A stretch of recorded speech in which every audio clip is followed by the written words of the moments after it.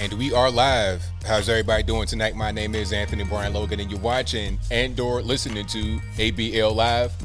Thank y'all for joining me tonight. You could be almost anywhere in the world, but you're right here with me live on the show, and I appreciate y'all for that. We got a whole lot going on. There's a whole lot to quote-unquote unpack here, as the cool kids would say. Where do we begin? Talking about the woke CIA. You have this lady talking about, yeah, I have a mental disorder, I am cisgender, a millennial, a single mom, all this, that, and the third. I'm a Latina first generation, but I'm not a box checking experiment. I can't tell. You didn't pretty much checked every box in existence. If your cat house was a representation of your box checking, it'd be a whole house full of boxes with a cat jumping into each box. Shout out to my wife for that particular analogy right there. The house full of boxes and the cat jumping into each one. But we'll move on. Also, MS-13 DNC attacking Tim Scott for being conservative and black at the same time. And they had to wheel their big guns out there for this one. They had to get the black liberal out there to be really racist against them because they couldn't get the white liberal to do it because they might get boycotted for that. Also, what else we got? Oh, Alyssa Milano got nuked. I'm talking about destroyed by a black TikToker.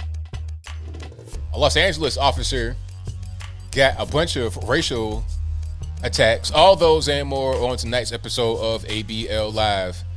And I thank y'all for being here. You could be almost anywhere in the world, but you're right here with me live on the show. And I appreciate y'all for that. If you enjoyed the content, if you enjoyed what you've heard thus far, go ahead and give the video a thumbs up right now. Give me the early thumbs up, the preemptive thumbs up. I'd appreciate you. And if you're not subscribed yet, I don't know what you're waiting on. I don't know what I got to do to get you to subscribe, but go ahead and subscribe to the channel right now. It's 100% free. Also, hit the bell so you get notified whenever I go live and/or post a new video. Also, this will be available on your favorite audio streaming platform and podcast form. No video, just straight audio, easy on the bandwidth.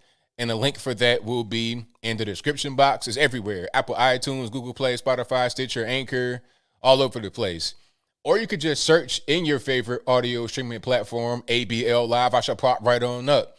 Subscribe to that over there as well. And also give me a 5-star rating on that particular platform. Now, we have a whole lot to talk about tonight. There's a lot on my mind. There's a lot I want to get through. Some things not even in the title. I just ran out of room. You get 100 characters in the title. I couldn't put everything in the title. I got a few things in the box and a few more things that are not even in the description box that I'm going to talk about tonight. I think I'm going to start first with the woke CIA commercial. Now, this commercial was ridiculous. My question is, who was the commercial for? Okay, we have a CIA commercial, and you're featuring this super woke lady that fits every single checkbox. Like I said, if her mind was a house full of boxes, she would be a cat jumping into each box. Oh, I have mental illness. I have anxiety disorder. I'm a millennial. I'm a single mom. I'm a strong Hispanic woman, first generation. This, that, and the third. I'm cisgender. It's like, what? Why define yourself in such rudimentary terms like that? Why? What's the point? And then the kicker was that she had on this radical T-shirt. Now, let me find this picture. I'm going to Google the term woke CIA, and she's going to pop right up. That's a shame. This is embarrassing also.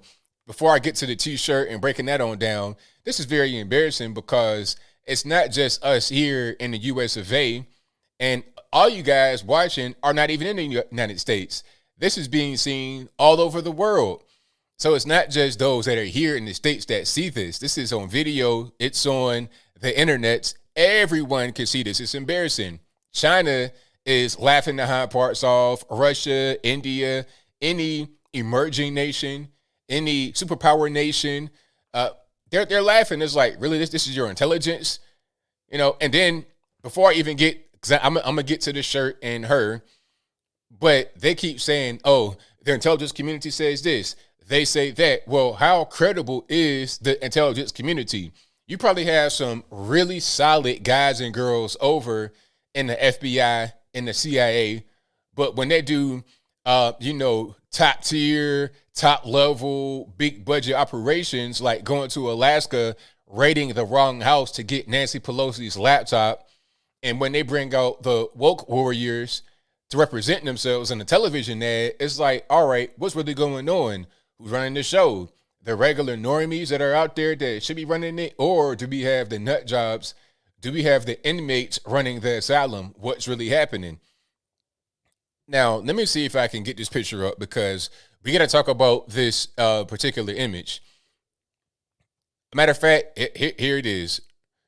Actually, it's probably be a better one so you can see her face because she like did a zoom in. It was like Clark Kent revealing the Superman S on his chest. Matter of fact, okay, let's go ahead and put one up, and then we're gonna put the other one up where she's like revealing it. Okay, so let's have that queued over there, and then this one queued right there. Perfect. Alrighty, and we got them up here. Cool. Now here we go. Let's see. Can we get that up? Let's go ahead and get the screen up. And there we go. So that's the zoom in. Like she's like got the S on the chest, Superman emoji type thing going on. And you see it. This is a shirt that was featured all throughout the entire video. And if you can't see it, I'll describe it like the way I described it in the other video. What you have is a pink female symbol, the circle with the kind of like cross, for lack of better words, the upside down cross at the base, like at the basically the 0 degree mark of the circle. And inside the circle, like I guess the upper part of the cross is a fist, like the Black Power communist fist, but it has nails on it, like manicured painted nails, and maybe a wedding ring. I can't tell what that is. It appears to be the left hand. That could be some kind of wedding rings. I'm looking at it closer now, but regardless of what it is, you could tell it's a woman's hand. It's a pink female symbol, has a fist in it, and then beneath that in white letters, this is on the black t-shirt by the way, in white letters it says, "Mija, you are worth it." Now you guys in the comments said Mija means like little girl or daughter or young female, young lady. I guess that's what that means. I guess that's what that means, young lady. So this is a shirt featured throughout the entire ad. And it was a long ad too. It wasn't just like a little 15-second spot. It was a pretty long ad talking about this lady and how she came up, first generation immigrant and all this and that and the third. And she's intersectional and has anxiety, but she's also in the CIA. The CIA. Now I could understand if you're trying to be a home health nurse or something like that, and they want to get more woke people in there. I would not agree with the sentiment, but you're not dealing with, serious information about the country, like national secrets. You're not dealing with that kind of information, all right?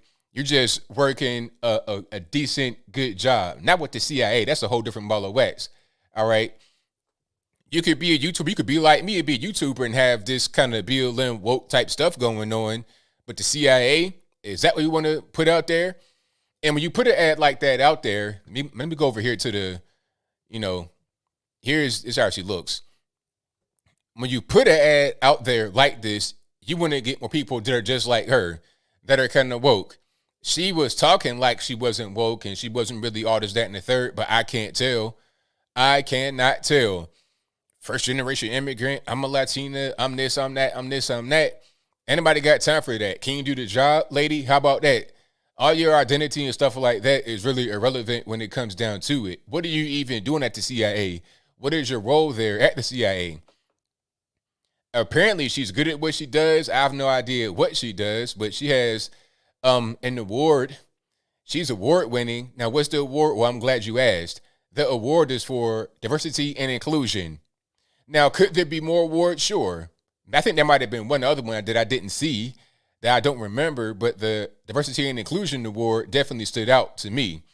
36 years old, single mom, nothing wrong with that. But when you get to the whole woke stuff and you want to have that to be the center of the advertisement for the CIA, the question is, how many more woke people, how many wokesters are there in the military, in the CIA, and other, military aiding operations. How many more do we have? We know it's a lot in the FBI. We know that. We know people like James Comey, all the rest of them. We know about that. We know Peter Strzok Page and the things that they were involved with. But how many more of them are there? And I think this problem, if not addressed right now, is going to get worse, because what's happening with the education system from K through 12 on up to college and beyond, you have people being indoctrinated with this kind of stuff. Like, this whole BLM thing is legitimate and it's solid and it's sound. So now you're seeing a big rise in homeschooling, not even necessarily private school, because I saw some of a clip today. It was on Fox. They're talking about this guy who was, I think he was in New York, sending his daughter to private school, paying $54,000 per year. I'll say that one more time. One more again for the folks in the back if you couldn't hear me. $54,000 per year. Now, maybe I'm wrong about per year, but I don't think so.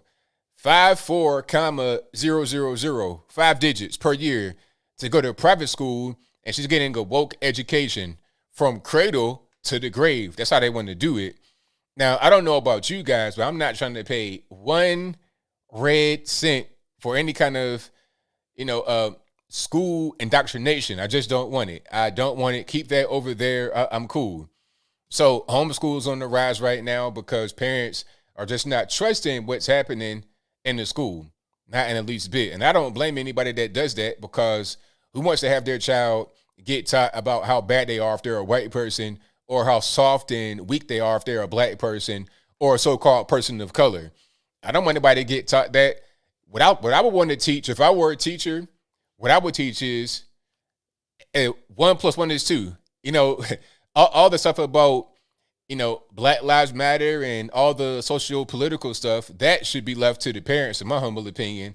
My job as a teacher, if I were a teacher, would be to teach about the way that things operate, how things are, what the law is. If I'm in a civics class, I'm like, okay, here's how a bill becomes a law. Here are the 3 branches of government, rather than learning about woke stuff. A prime example of learning about woke stuff and having that be the primary focus rather than what government actually is AOC. Wasn't it AOC who forgot what the 3 branches of government are? She didn't know what the branches of government were, but yet she knows about how to be woke and how to be in your face talking about certain things when it comes to things she wants to get done, laws she wants to get passed. She knows how to talk about certain talking points, but when it comes to the actual function of the government, she's pretty much lost. What are the 3 branches again? Executive, presidential, the judge. That's it. That's the 3 branches right there. I mean, stuff that we learned, at least I learned in high school or even before that in civics class. Okay, you have executive, legislative, judicial. That's your main. Okay, you got the Supreme Court, you got federal judges, you got the Congress, you got House, Senate, President, Vice President, line of succession, Speaker of the House, Majority Leader, all that good stuff. And you know what? The funny part about that is that I did not go to private school or homeschool. I went K through 12 public school to a community college, and then I did 1 year of paid, like a 4-year, and that was the worst time I had. My 1 year of the paid college in Norfolk, ODU, shout out to all you guys if you went there. Hey, no shade, as a cool kid say, no shade, as a youngin say, but ODU sucked. Busy work, no real education. I'm just wasting money at that time. Like, the education I got about government and the way it works came from myself and Dad too. I would call Dad, talk about what's going on as far as on YouTube channel and stuff like that. He give me pop quizzes. Okay, who's the House Majority Whip? Who's Speaker of the House? He would ask me these questions that I would never be asked when I was in high school or anything like that. That's what's most important, learning about how this country works, learning about how law works, rather than be worried about wokeness. So, yeah, that CIA commercial with the woke lady, the wokester, that was a big L, a big, huge L. Oh, you went to Norfolk State? Lively. I almost went there. It's Norfolk State. I visited like 3 times. The only reason why I didn't go to Norfolk State is because the advisor, his car kept breaking down. He kept having to reschedule. And it's like, all right, man, time's a waste. I'm trying to enroll like right now. I don't have that much time. So he kept messing up. So I had to go to ODU as like the next thing. That's all I was trying to do, get my next 2 years, get my bachelor's degree and be out. But after 1 year of ODU, I was like, you know what? I'm done. I'm being scammed. You got these woke liberals, not letting me in my art class because my assignment had guns in it. It was just, if you're going to go to college, higher education, or anything like that, vet your school thoroughly. I'm talking about all the way, thoroughly. It's like moving into an apartment. When I moved into an apartment or something like that back in the day, when I would do that, I would scope it out in the daytime, scope it out at night, go on apartment ratings. If anybody that I know lives there, I'm going to ask them what's going on. Hey, I got roaches, what's going on? I'm going to get the full Carfax on the place before I commit any kind of monies. All right? And you got to know what the kind of culture is on campus. I never lived on campus, but that campus life is going to influence your how you are when you go into class, because they're going to influence the teacher and vice versa. But that's a different story. I digress. So thank y'all for being here. Appreciate you guys. If you enjoy what you're hearing so far, give me a thumbs up on the video. Yeah, the colleges are definitely breeding grounds for liberals, for sure. And it's a shame. It's really a shame, but a lot of this is just subsidized by the government, big time. The same way that the current scamdemic is. I think the actual the scamdemic that we had 2020, that's kind of over with. That's not really here anymore. Everybody's quote unquote vaccinated, so everybody feels safe going outside. Well, not everybody, but a lot of us, or people in general, they feel safe going outside because they got their little shot or whatever. Although the shot does not stop you from getting the virus, and it doesn't stop the spray either. So they're still wearing their mask and they got their shot, so they feel kind of safe going outside. So I think that whole scandemic is over with. The great supply shortage is over with. But now the next thing that's going to be a problem is the short staffing. Everywhere I go, there's a sign on the door that says, help wanted, help wanted, help wanted. People are trying to hire and can't find employees.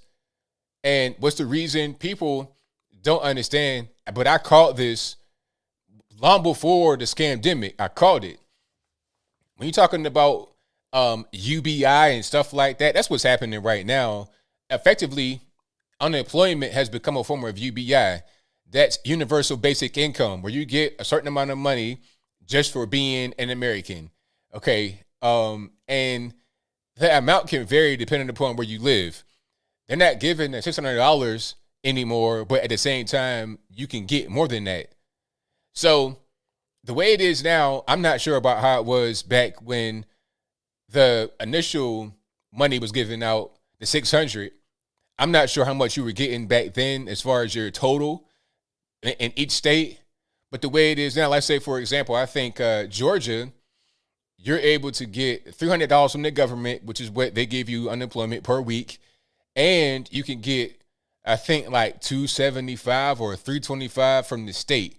So your max payout is over $600 per week. Now, here's a little bit of math, because I've worked these like minimum wage, low wage jobs. Here's a little bit of math where you just put it in your pipe, smoke it. So anytime anybody says, oh man, there's a lot of jobs that can't get employees because they don't pay enough and they got to pay more. Tell them this: the government pays more than what they can pay. How are you going to compete against the Federal Reserve Bank? How are you going to compete against the Federal Reserve Bank and the money machine? The money just being printed off. How are you going to compete against that? Right? Look at it like this. When I was working at Old Country Buffet back in the day, and my highest amount I made was $8 an hour. And I was getting almost 40 hours a week while I was in school at the same time. I was getting like 38 hours a week. So let's just say 40 hours a week, just because, I would grind real hard to get every half hour, 25 minutes. I was going super hard to get this money. And I was doing my graphic design thing at that point. So I was hustling. I was grinding. Off of 40 hours a week, my take home pay for a month would be $800. Okay? $800 off of $8 an hour and 40 hours a week. Now, if you make 40 hours a week, which you're not going to get that much for hourly work nowadays for the most part. I mean, maybe you will if you have like a high paid job, but for the most part, if you're working at Crystal flipping burgers, you're not getting no 40 hours. You know, if you're just a grunt back there, you're not getting that much. But let's just say, for argument's sake, you are getting 40 hours because that's what they always say, right? Nobody who works 40 hours should be in poverty. So if you had double the 8 and got 16 an hour, which is one more than the 15 they say that you want to get, by the math that I had, that's only what, 1,600 a month. Now in Georgia, they're giving you about 625, 650 a week. So just on math's sake, you're getting about 2,400 a month on unemployment, which is more than the 16 an hour and 40 hours a week. So even if you're getting paid like $20 an hour, the unemployment is still more attractive. How are you going to compete against that? If you're a business, how can you compete against that?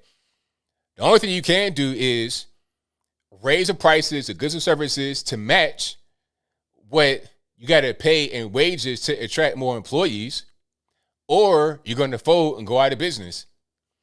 Now, if you're Walmart, Target, Amazon, etc., you can afford to pay higher wages to your employees to remain staffed.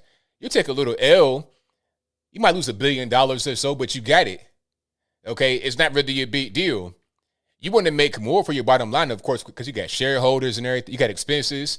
You want to make more if you're Amazon or somebody like that, Walmart, Target, but you can't lose it. And you can raise prices. Why not? Everyday low prices, right? How about I raise the price of paper towels, napkins, toilet paper by like 30%. You ain't going to really notice because you got the money, right? So now everything going to creep up. Everything creeps up to the point where if you got a minimum wage increase or if you're getting your unemployment, the effects of the higher monies are going to be nullified because now you're paying more for everything and it's going to start to add up. And you're going to be like, hey, where did my money go? I got a big raise. I'm making so much money. Why am I losing so much money every month? Because you're spending more money in order to pay for your higher wage, in order to pay for this government just printing money. That's called inflation, and it's happening right now. I mean, look around you. Things are going to start to cost more because in order to stay in business, companies got to pay more, and in order for them to pay more, they got to charge more. As simple as that. It's to the point now where I don't even go to, like, if I go to a restaurant, I go to a family-owned joint where I know that the mom and the daddy, the kids in there working, and they're not going to be taking off. You know, going to one of these little fast food joints or American staffed joints, it just ain't going to, if you got kids from the street just going in there working, chances are you're going to be short-staffed, stuff ain't going to be right. It's just not going to be. So they're going to fold or have to raise prices or both. So it is what it is. Gas prices, the gas in California, my goodness, $5, $6. They already have the high minimum wage in California. They already got 15 an hour in California, but it's not doing any good. I think what's happening right now is they're seeing what the cost of socialism is when it's done in reality. Because on paper, it looks great. It looks fantastic. You can get all this money and everybody's making it and it's fine. But then when you get the bill, for it, it's like, oh man, it costs this much. You get in the whole CVS receipt, and that's going to be your bill for socialism, and you're not ready to pay it. You're going to be in there washing dishes, and it still ain't going to be enough. You end up being a permanent underclass. Like the way it is right now in Cali, from what I saw when I was in LA, and you got those that have it and those that don't have it. Try to buy a house out there. $500,000 in the hood. You paying $500,000, $600,000 to live in a ghetto in a small house with bars on the window. It's like, man, if I want to go to the penitentiary, I'll just get locked up. Why would I just stay in that house and pay for like $800,000 to live in this prison cell in a dangerous environment? I just get locked up for free. How the taxpayers pay for it? So in order to get restaurants staffed, you got to get rid of this unemployment stuff. It's killing these jobs. It really is killing not the jobs. it's killing the business. The jobs are available. Every store, help wanted, help wanted, help wanted, every store. I was in a restaurant the other day, and they were saying behind the counter they should go on strike because everybody's calling in. They're short staffed. They're underhand. I saw a sign in the restaurant. I went in and it says, understaffing is a new pandemic. Had it right there in the front by the host stand. I mean, that's what's going on right now. Said gas is $4.39 in Northern California. That's crazy. That's absolutely crazy. All right. Victor says, go to casinos. They have robotic bartenders. You're going to have a lot of automation coming. A lot of automation. We've seen it. It kind of crept in because at one point, and they still got it like in New Jersey, I think, if I'm not mistaken. If I'm wrong, let me know. But at one point, there was a gas attendant. You pull up to the gas station, and it'd be a kid to come out there fill your tank up for you. You might tip on something like that, but his job was to fill a tank up for you. Now, everything is self-served. I went to a neighborhood Walmart with no cashiers. Everything is self-checkout. They have people in there working that will just assist you if you need them, but ain't no cashiers. What's the point in paying cashiers to stand there when there's only one cashier line open? You got 9 cashier stands. One of them is open. So it's kind of been going this way for a while, but you're going to accelerate it with all the stuff that's going on with this money printing. And then they're talking about $4 trillion more. Where you going to get that from? Okay, the children's children. What are we doing?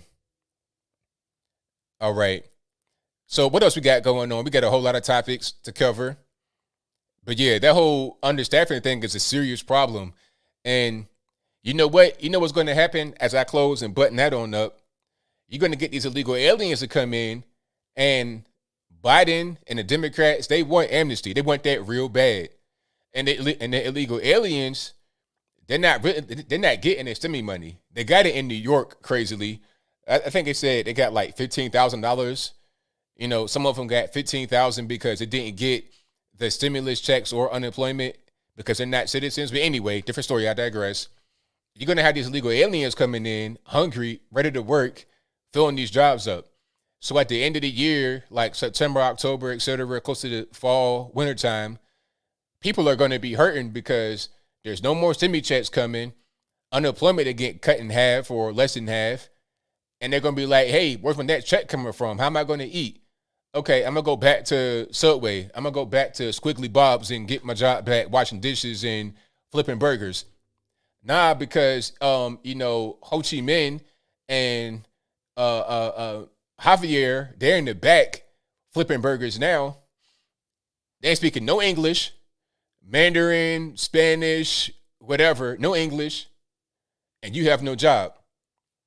It's unfortunate, but people, I think it might be on purpose too, because I think people in government, they know how people are. They know if they give them incentives to not work, they won't work. And at the same time, to keep them floodgates at the border open, let the illegal aliens come in and then let them work. Give them retroactive work visas and let them work. That's what's going to happen, in my humble opinion. But I'll move right along. All right. Now, shout out to, what else we got?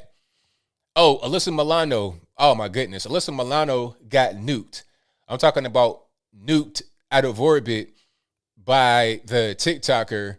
I forget her name. This is Savvy. Shout out to her. Her name is Savannah. So shout out to her. She's on TikTok. Got a nice little following over there, like almost 500,000 subs. And I think Alyssa Milano has like 700,000 plus subs. So these are pretty big influencers on the TikToks. But Alyssa Milano is an actress. She was on a show called Charmed back in the day. And her new shtick now is being the woke SJW. I don't know how, but somehow she was able to get into the Brett Kavanaugh confirmation hearings. It's like, who are you, lady? Are you a character witness? Were you there partying with Brett Kavanaugh when he was 18 years old? Do you know anybody here? Why is Alyssa Milano in the Senate chambers? Like, what's going on? But I digress. So Alyssa Milano has transitioned from becoming, she was an actress. That kind of dried up. So rather than doing that, now she's on the internet with us, trying to be an influencer. and she has a new podcast coming out. I'm not going to promote that because this is no ad. This is sponsored by ablmerch.com. Go there right now. But anyway, she has a podcast coming out, and the preview of the podcast was her talking about how bad the black man has it, all this, that, and the third. Matter of fact, can I play that right quick? Let me see if I can pull it up. But this video really just kind of irritated me because I'm just not a fan of this whole thing. Hold on. Let me just see if I can pull it up properly. All right. Yeah, I got it pulled up. Let's go over here. And let's do this. Okay. Let's go. Now, is that on? Perfect. There we go. All right. Let's get the view up on the screen. There we go. Those of us who are not black men, imagine watching the news and seeing how people who look like you are portrayed. Now, okay, she's talking, but I can tell she's reading at the same time. So this is not a genuine thought from her mind. You see, when I do my live streams for hours on end, you guys have been here for years. You know how it is. I never have a script at all. I just talk. This is just me. But I could tell by the way her eyes are not directly inside the camera that she's reading. And I can follow her eyes as she's reading on the screen. It's not even a sheet of paper. It's just something that she probably typed up or someone typed for her to read. All right. And it's kind of cringy to hear her talk about, oh, if I were a black man and with this sad music in the background, like I'm some kind of, some kind of putz or some kind of little, little soft kid. But anyway, let's go back to the top.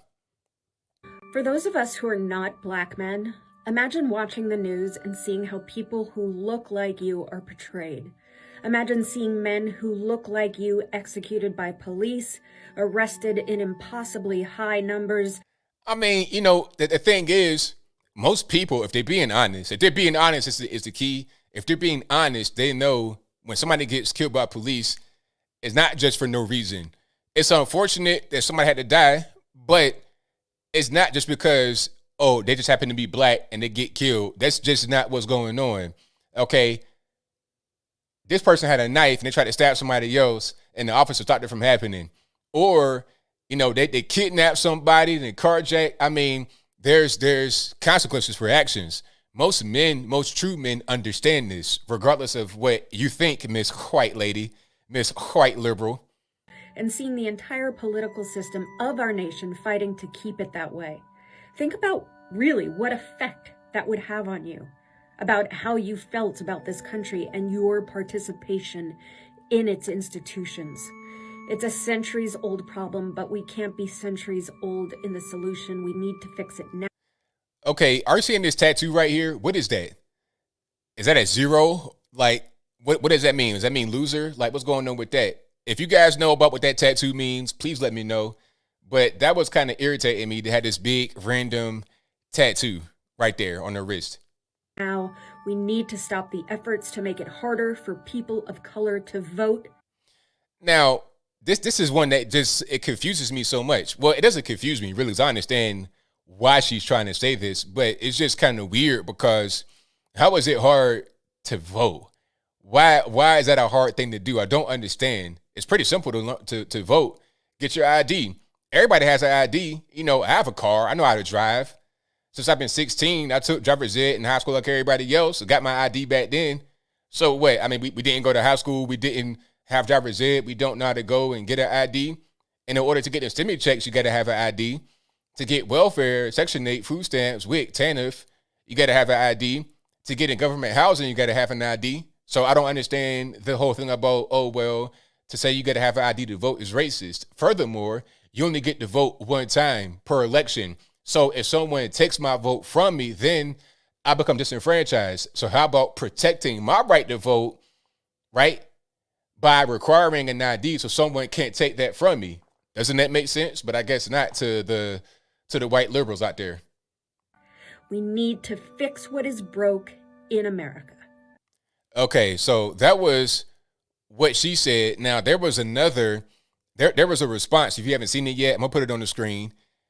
So let's go ahead and get into that one. For those of us who are not black men, imagine watching the news and seeing how people... Imagine being a black man and being told by some white lady with a microphone that you and the criminal on TV are one and the same because you look alike. Imagine being told by society that white people can be all that they can be, but you as a black man, the content of your character is completely irrelevant. You are the color of your skin and that is all you will ever be. Imagine being told you can't figure out how to vote because of the color of your skin. Socioeconomics affects everyone, but apparently you're not as smart as the poorest white person. Let's pause right there. That point that she made, all of what she said so far has been fantastic, 100%, knocking out the park. You batting 1,000. You're Barry Bonds on the juice. You understand what I'm saying? You're great. But that last point right there, hold on. Matter of fact, I forgot what you said. Hold on. This affects everyone, but okay. Whole thing about being poor, and people are saying that it's racist to require voting ID because a lot of black folks are poor, we're in poverty or whatever. That's the line of thinking. But reality says that there are 40 million poor whites. That's more than the totality of all blacks. Rich, poor, young, old, all blacks. There's only about 36 million blacks in America, but 40 million poor whites. And a lot of these poor whites are in red areas, rural areas, and they say that black folks can't get to the DMV, all this, that, and the third. But wouldn't it be harder to get to the DMV if you live way out in the rural area somewhere? Huh? And most black folks, 80 to 90%, I would say 90% live in cities, and in Democrat cities at that. So I don't really understand. If you're living in the city, it's easy to get from point A to point B. Public transit, you can walk sometimes, you got a car, you can get a ride. I mean, I just don't really understand. When I renewed my license, I was able to do it online and get it mailed to me. So how hard is it to get an ID if you are a black person? And if it's about money, if it's about poverty, wouldn't that affect whites at a higher percentage and more of them than blacks? Because again, it's about distance from a place and poverty. So what's really going on? And most of the white folks that it would impact live in far away, rural, red areas. So that would hurt Republicans more than Democrats. But anyway. Apparently you're not as smart as the poorest white person. Lady, I don't want to hate you. I'm a 90s kid. I grew up with you. So I know you're very talented. I understand your heart is in the right place, but you are everything you preach against. You're not helping. You're making things worse. You're causing more division. You're causing more fear. Statistically speaking, I am more likely to be shot and killed by my black elderly neighbor across the street than the cop who patrols my neighborhood. Statistically speaking, homicide by cop is very rare, but people like you find power in fear, so you keep it front page news. You don't have to be a white supremacist. You can be better. That was all facts. All facts. So shout out to her. Shout out to her. And again, her TikTok is This Is Savvy. THISISSAVVY.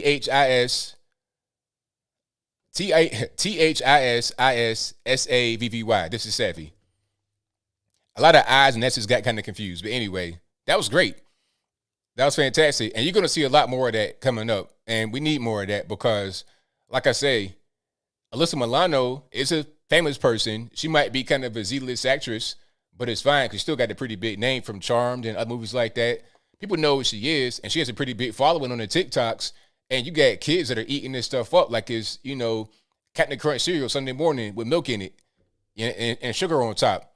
They're eating it up. So you got to have the counterbalance. You got to have those that are going to attack the narrative and put things into proper context and perspective. Yes, that's definite mic drop. That's a definite mic drop moment. Again, This Is Savvy on TikTok. She's also on YouTube, but it's not like the TikTok. It's not quite the same. The TikTok is where the action is.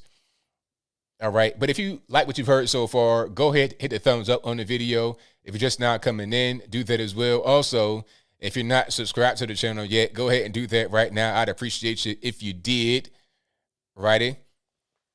Oh, and you guys know that Bill and Melinda Gates called it quits after 27 years of marriage. I'm not really sure why. There could be reasons why that happened. I was just reading on Twitter that Melinda got $1.6 billion in stock the day that the divorce was filed. So I don't know what's going on with that. Like, is there a particular reason why that's happening? I don't know what's going on, but they went ahead and got in divorce. And They said Bill Gates had like a little a side chick, as the cool kids say, or an old friend, a young lady that he would go to Nags Head, North Carolina, Outer Banks. He would go to Outer Banks with every year for a vacation. So once a year, his wife was like, okay, you can go with your ex-girlfriend on a vacation, just you and her, with nobody else. So Bill Gates, I don't know. You're going to see a lot more about Bill Gates coming up. Maybe the divorce was preemptive because there's going to be a lot of information coming out about him. Why is this coming out now about the side chick that he's been knowing since the 80s? Why is that coming out right now? Why didn't it get revealed years earlier? There may be some more about him that comes out that's not just about his personal life. It could be about what they're doing with the Bill and Melinda Gates Foundation and some of these experiments they're running across the world. There could be a lot more coming out about him. In my humble opinion, maybe that caused a divorce. I have no clue. I'm just talking. Who am I? I don't know anything that's going on. Yeah, Bill Gates is number one. The big creep, the biggest creep. One of the top 10 creeps is Bill Gates for sure. That's big time facts. That's big time facts. So yeah, they got a divorce, but we'll see what's going to happen. You could fix Windows if you got a little bit of free time. Make that not crash all the time, but it's a different story. Oh, and speaking about big tech and stuff like that, so Facebook is funny. Facebook has Facebook has their own Supreme Court, or they call it what they say. They call it some kind of board. Hold on, what board is this? Oh, the oversight board. So they have this thing called the oversight board that ruled they don't that the suspension of Donald Trump, the indefinite one, is going to be upheld for at least the next 6 months. And then they got to come back in 6 months, make a decision. They got to say, all right, either you banned permanently, either you are just going to get suspended for a certain period of time, or we're going to have the specific material that is in question removed from the platform and keep you on. So they got to decide within 6 months. That's what the Facebook Supreme Court said. Now, the Facebook Supreme Court is supposed to be some kind of independent body that is like an oversight board or committee of Facebook. But see, the problem is that, as you see on the headline on the screen before you, Facebook Supreme Court packed with anti-Trump progressive figures. I think there's one guy that could be conservative on there from the Cato Institute. Matter of fact, let me see if it's in this article. Okay, yeah, so the guy that's in here is John Samples. If you know what that is, I don't know what that is. John Samples, vice president at the largely anti-Trump Koch-funded Cato Institute. Samples appears to be a never-Trumper. He appeared on the podcast discussing the president's, quote, assault on American institutions, and had accused the president of appearing to, quote, oppose basic ideals underpinning liberal democracy, unquote. So that is the only conservative guy on there, or someone who could appear to be conservative. It's just him, John Samples, and that's it. Everybody else, big time, far leftist. They got Twitter posts openly talking about how much they don't like Trump. Let me see. Here's one of these guys. He tweeted in 2017, I love this. Team vote versus Trump. American vote versus Hitler. These are the people that are on the Facebook oversight board. My question is, what's the point in having the oversight board Facebook if it's going to be just Facebook? And everybody on the board is paid a salary by Facebook. So let me get this straight. The Facebook oversight board that decided on whether Trump was going to get banned or not from the platform is full of Facebook employees, the people that get paid, whether it be 1099, W-2, whatever, they're getting paid by Facebook. They're all never Trumpers, all progressives, all hate Trump. Like, how is that going to be impartial? How is that going to be impartial at all? It's just dumb. I feel like, there may be some chatter from the outside, from the government saying, hey, you guys are too monopolistic. You need to have some kind of oversight and have to be independent so they can make decisions on what's going on and have you guys abide by it. So Zuckerberg said, cool. All right, no problem. Bet.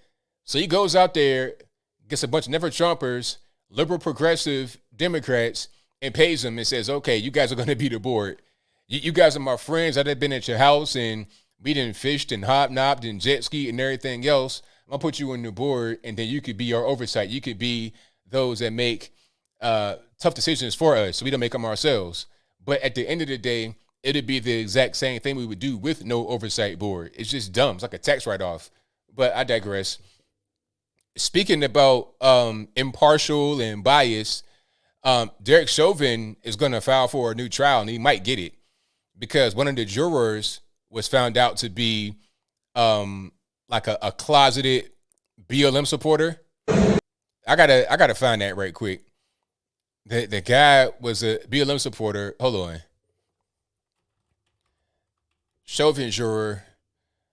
Okay, here it is. Let me see. Now, this is the key point. I'm going to find a picture in a little bit. You guys give me 1 second. But the key point here is that the guy, it says Derek Chauvin juror, Daily Mail sucks. Derek Chauvin juror lied about protests. Cops' hope of appeal boosted after picture emerges of juror at BLM rally wearing "Get Your Knee Off Our Necks" t-shirt despite telling court he'd never been on a march. They asked him, like, do you know anything about the trial? Nah, I don't know a whole lot about the trial. All I know is that just some dates from TV, but I don't know much about the trial. Meanwhile, you got a whole t-shirt, an anti-Chauvin t-shirt at a rally. You're lying. And you got on the jury. So that's him right there. That's him right there. The guy on the right-hand side of the screen with the black shirt. The hat he has on says Black Lives Matter, of course. And his shirt also says BLM, like the letters BLM. He has MLK in it. The BLM has two fists on the side. And then the BLM is at the bottom of a circle at the 0 degree mark or whatever, the 90 degree, whatever that is. And around the circle, it says, "Get your knee off our necks." Right? So this guy is 1,000% a BLM supporter, if not a BLM member. And he was on the jury and said that, nah, I don't know anything about the trial. I don't know anything. So he lied. So Derek Chauvin may get guaranteed a new trial based on that. Based on the fact that this guy lied and said he was an impartial juror, but he was not. And that's him right there. And this guy's been on TV doing interviews. It's like, sir, don't you understand this is the internet age? You're posing for pictures with a BLM shirt on, and you have an anti-Chauvin message on it talking about I'm not partial. Sir, we can see you. As you right there. As you. Matter of fact, it might have been on his own Facebook page. It's like, talk about being a moron. I mean, good grief. So, yeah. That's the rally that he attended right there. I mean, this is pretty deep. This is in D.C. as well. So, okay, you traveled. Do you live in Minnesota, sir? If you're living in Minnesota, how'd you get to D.C. for a rally if you didn't know anything about the George Floyd and Derek Chauvin situation? So he went to the rally in August 28th, which was officially known as Commitment March, Get Your Knee Off Our Necks. So the march was specifically for that purpose. It wasn't like somebody just saw him and said, hey, man, put your shirt on, take a picture.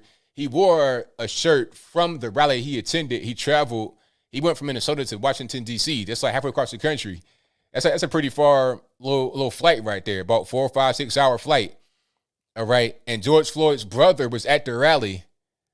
All right. So it's like, sir, what are you doing? So I think that he may be able to get a new trial. And Maxine Waters, remember that whole thing, talking about, the right verdict has got to be guilty. If it's not, then we're going to confront them. We're going to be real in their face. So with that going on, you got Maxine Waters making threats. You got the guy who was an impartial juror and lied about the trial and knowing about it and stuff like that. It's going to be a problem. It's going to be a big time problem. Now, here's the thing about it. Will he get off? I don't know.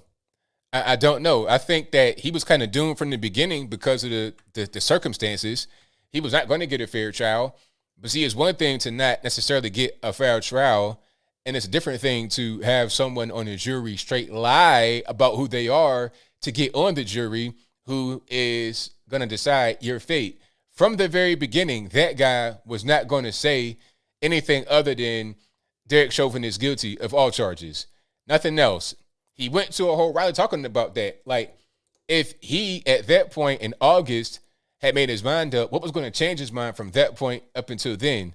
And he had been talking about, from what I've been reading, I could be wrong, you guys let me know in the comments, he'd been talking about getting on juries to, make some change. He said that, he went to the rally, and he did it. So, oh yeah, that's definitely, is it perjury? I don't know. I don't know if he was on the oath when he said that. If he was on the oath, then he might go to, Big Rocks, Little Rocks for perjury for sure. But regardless, that's definitely a retrial because of the juror. Somebody says I'm blind. Blind about what? What did I miss? All I said was, hey, I'm not sure that it's going to change the outcome, but you can't be lying about, what you know and who you are if you're going to be on the jury. You got to be honest. They're gonna check that. They're gonna background check you. And my thing is, wasn't no background check before you got on the jury? It just took his word for it. Because I was wondering about that. They were asking them questions when they were getting ready to be part of the jury. And my thing is, okay, you're taking their word for it. You won't do any kind of background check. Do a little Google search on them to see what's going on. Because you could have found all of that easily with a Google search. Go on Facebook, go on Instagram, Twitter, TikTok, and you can get it. So I don't understand what this was all about. It's weird. But like I said, I'm not really sure that this is going to change the outcome. I heard, a rumor told me, that if Chauvin was to get off, the FBI were going to be there to arrest him right away to try him on federal hate crime charges. I'm not sure if that's true or false, but it might be. It most certainly, it might be. Let me see. Yeah, people, they don't know the truth. That's right, Victor. They don't know the truth. It's all good. I see all the comments, but I don't really respond. I see a ton of negative comments, but I don't respond all the time. I just respond sometimes. I just happen to look right there, and it was right there, right on my line of sight. The thing about it is, yeah, the jury should have been sequestered, but the problem is that it was impossible for anybody to have never seen this. So when someone says, I don't know anything about it, it's like, how can you not know anything about it? Especially if you live in Minnesota or in Minneapolis, how can you not know about it? It's everywhere. Even if you don't watch TV, if you're not on the Twitters or the TikToks or the Instagrams like us, you're still going to be outside. You're still going to watch the news. You're still going to see things. Unless you are just not leaving your home, you got earplugs on because you're going to hear sirens and stuff like that start to increase. Unless you have no idea about what's happening around you at all, it's impossible for you to not know about this trial. So you could sequester them, but what's that going to do? Because you already been knowing about it for a year before the trial started. So how could you put a genie back in the bottle? But the guy lied about who he was. See, it's one thing to not know about it. It's different to, it's one thing to know about it in general, to understand what happened and know what happened. But it's different if you're like an actual activist talking about you're not. Now you're lying. You can say you know about it, but if you're out there at marches, just say that. Don't lie about it. All right. So what else we got going on? Did I cover everything? I covered mostly everything that I wanted to cover. Caitlyn Jenner, Bruce Jenner. I'm running for governor of California. I want you guys to join me. We're going to fundraise. We're going to fundraise a lot. Caitlyn for governor of California. We're going to have Kanye West who's going to come out there and do a great performance. We're going to have Kim. She's going to bring all the grandkids. It's going to be a great time. You guys come on out. I'm the conservative that California needs. Bruce Jenner. I'm sorry, I forgot my name. Caitlyn Jenner. We're going to be great for California. Are you guys going to vote for me if you're out there in California? And my whole point in my video was this. It's either Kate or a guy like Gavin Newsom. Who are you going to vote for? Because at this point in California, the time for having the best conservative and the best model figure, like if I had it my way, I would say, let's have Rand Paul be the governor of California. I would say, go ahead and quit being a senator in Kentucky and become the governor of California. But I know that Rand Paul has no chance. I'm being realistic with myself. I understand this in California. He could win in certain counties in California, sure. But you have the monster, the beast of Los Angeles and San Fran to deal with. How are you going to deal with that with a guy like Rand Paul? You can get Bruce Jenner in there because, hey, he's already a celebrity, reality star, LGBTQ, ABCDEFG, got plenty of money, could do it on his own. I mean, why not? I say give it a shot. Hey, if you keep doing the same thing over and over and it's failing, try something different.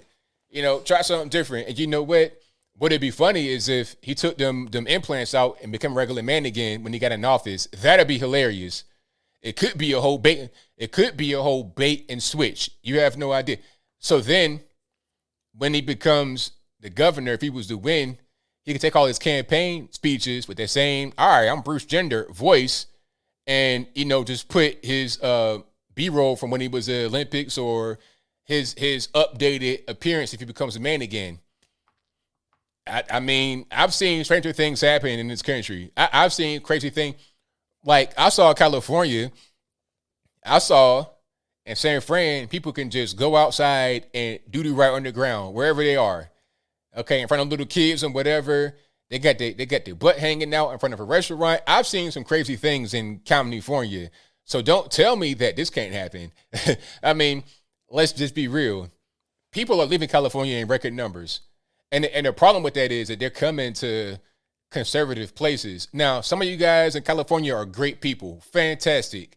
You can come to Tennessee anytime you want with open arms. But some of your neighbors, some of your crack smoking neighbors got to stay where they at. I don't want them to leave. So why not just try to improve the state and have them stay rather than coming in and infecting our places? You guys can come on out. Come on out. It's fine. You can leave Los Angeles and come on out to Tennessee. It's great.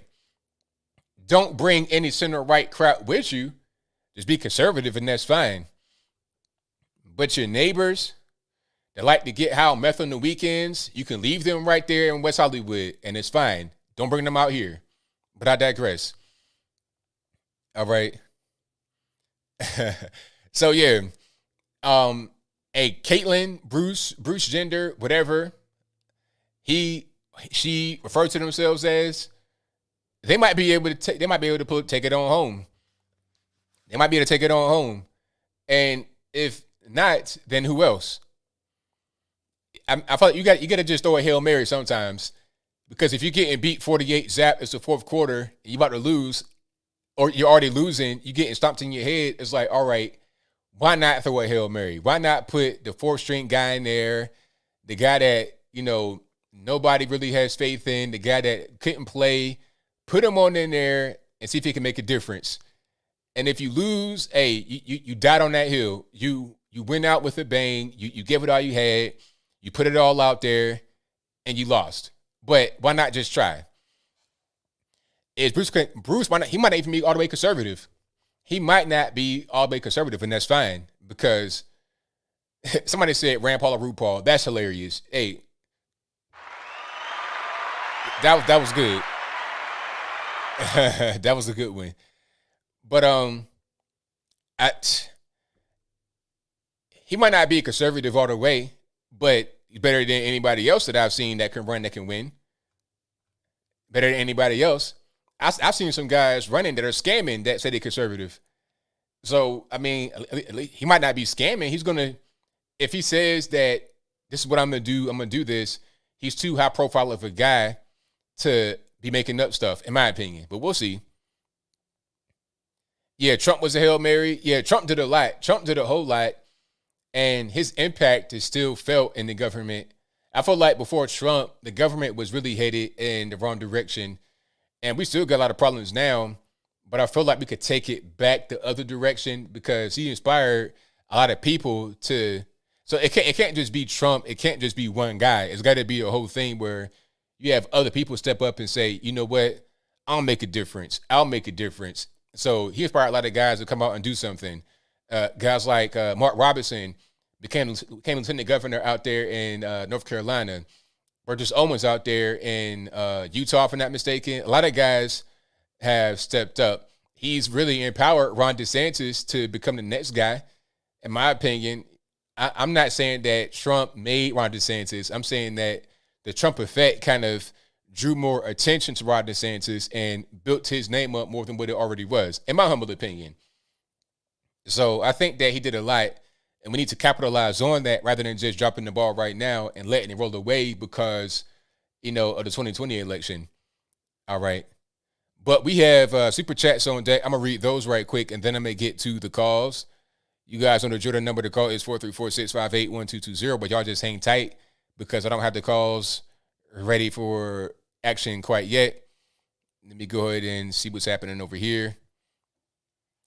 All right. I'll be got to you on deck. Thank you for the tea. All right. Appreciate you. And super chats on deck. Let's get to those right quick. And where we at? Today's May 5th. Yes. We got a few here. Okay. Shout out to Jeff Gray, who says, shout out to you, ABL, for keeping it real every single day, no matter what.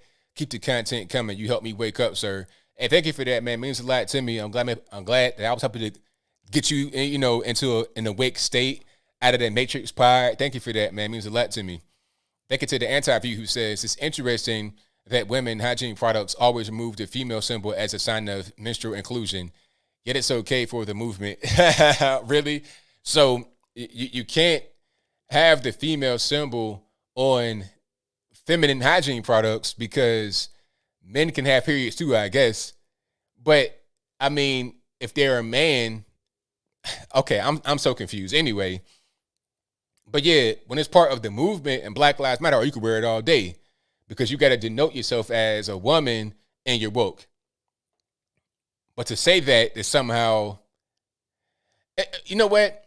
If they remove the feminine symbol off of menstrual, okay, I was trying to be smart right there, but this stuff is beyond me. So I'll move on.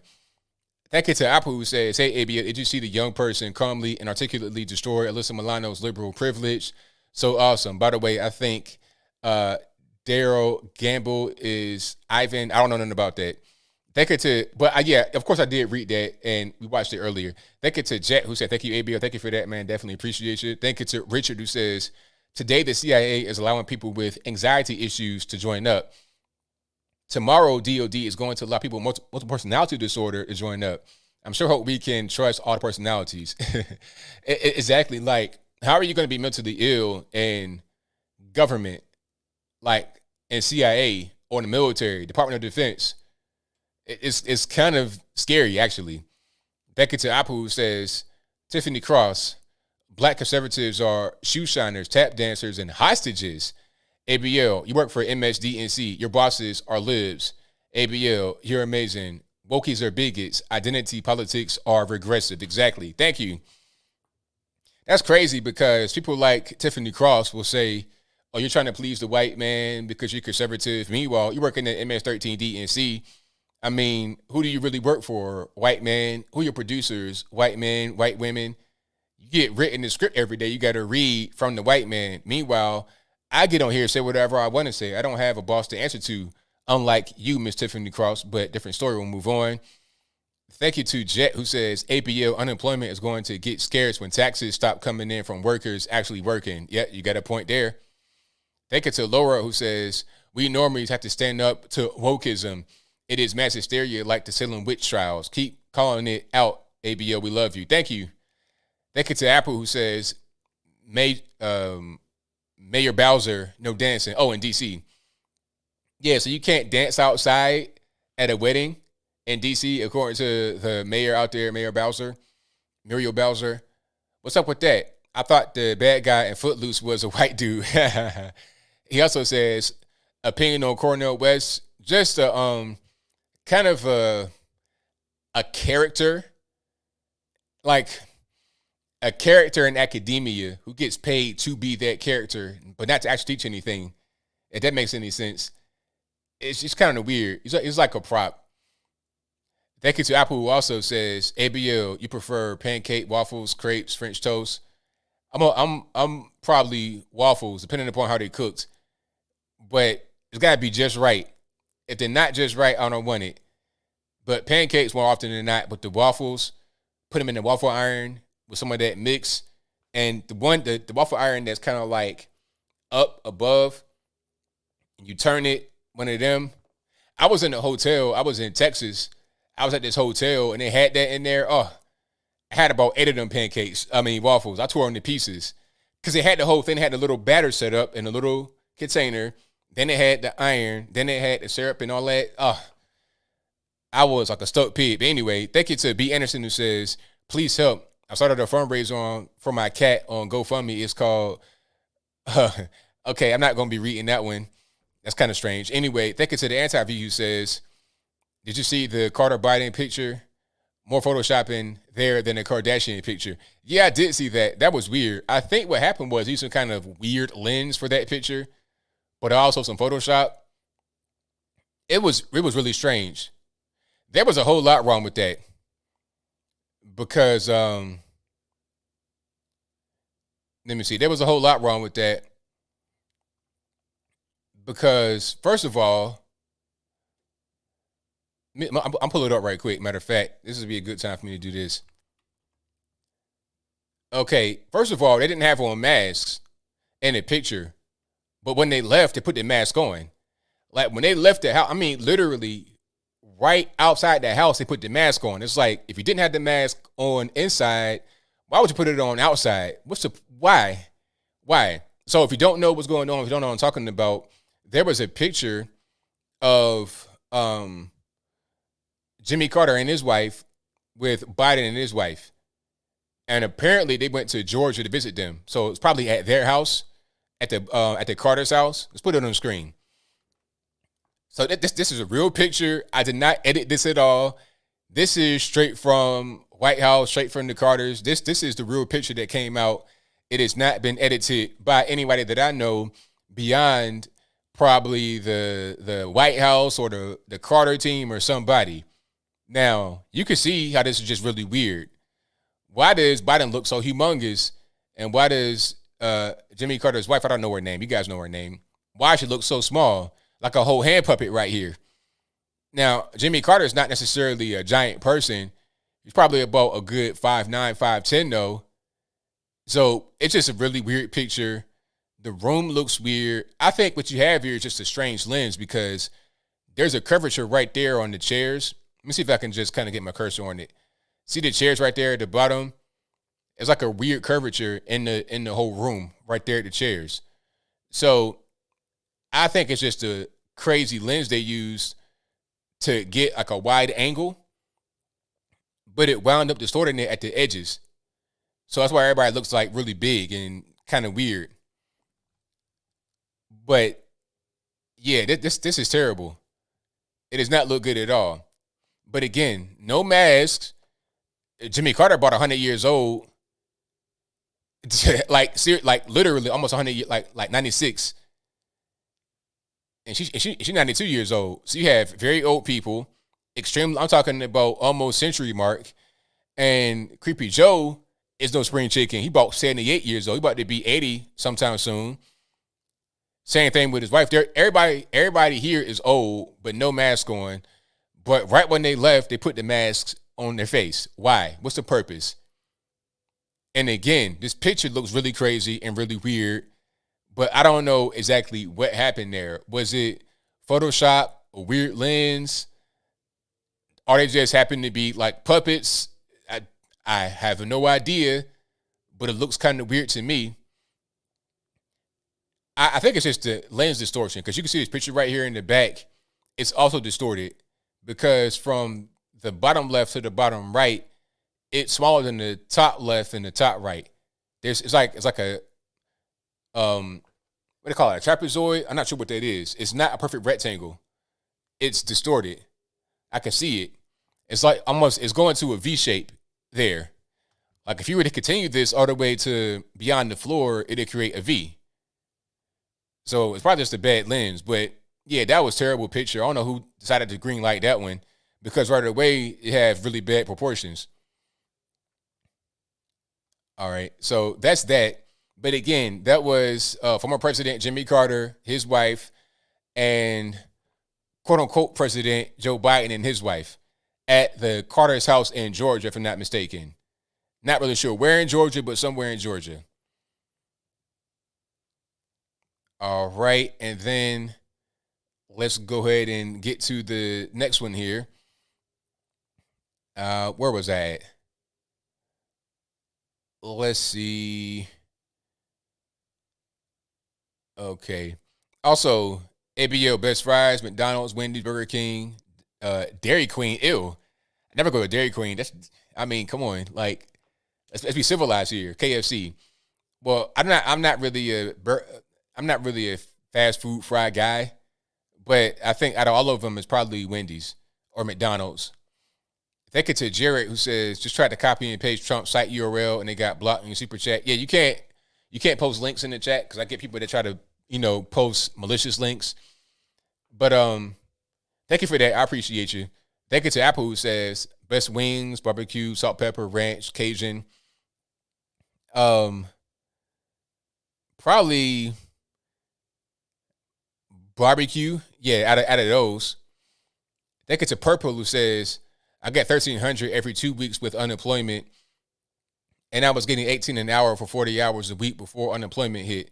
I'm salty AF because I like my job. Hey, I'm with you. Thank you for that, man. Definitely appreciate it. That's a pretty big amount of money. $1,300 every 2 weeks is a pretty big amount.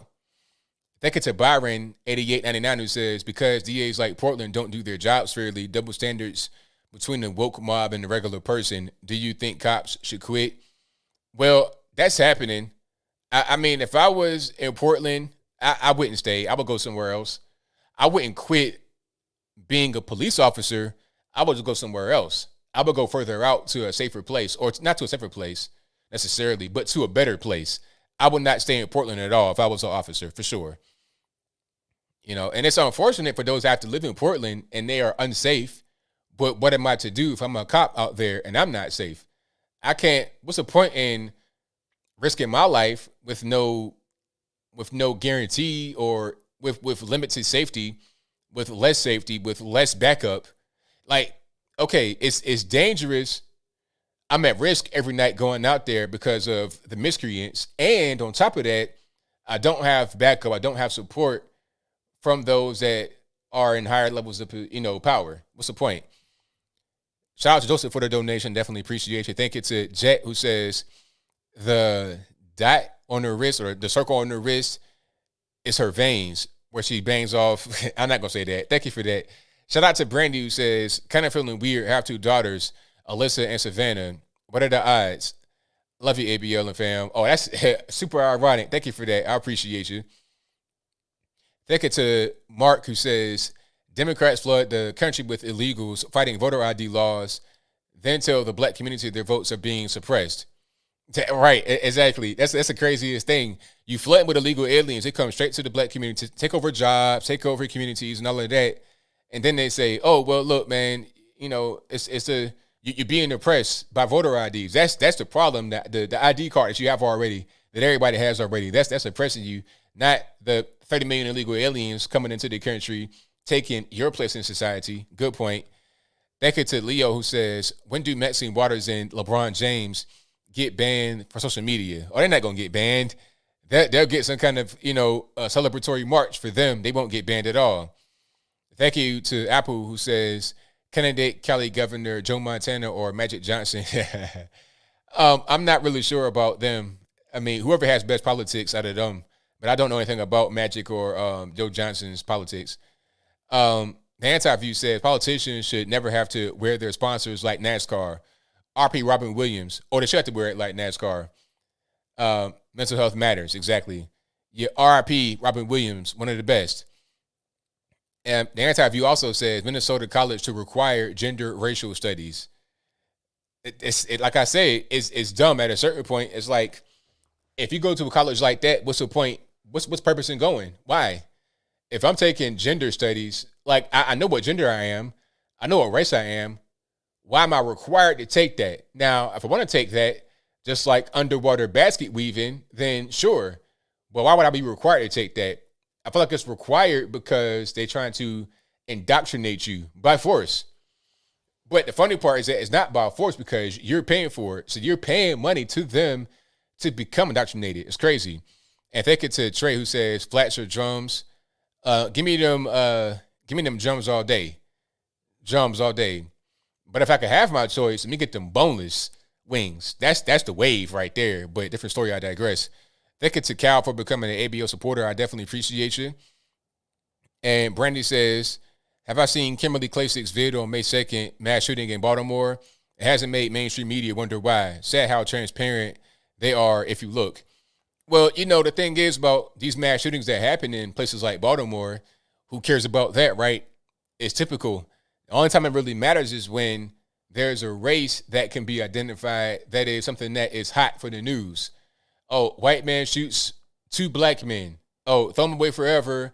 Give them the rope right now. I'm not saying that it's a good thing, obviously, to do something like that, to shoot somebody, but it should be bad whenever anybody does it. It shouldn't just be a story when the race of a person can't be identified and you go kind of based on that. That's not really a good thing. But that's the way that the mainstream media operates. They talk about, it's weird because they'll even say there's been X number of mass shootings this year. No, it's been more than that, but you've only covered X number of mass shootings. Those are the only ones that matter to you.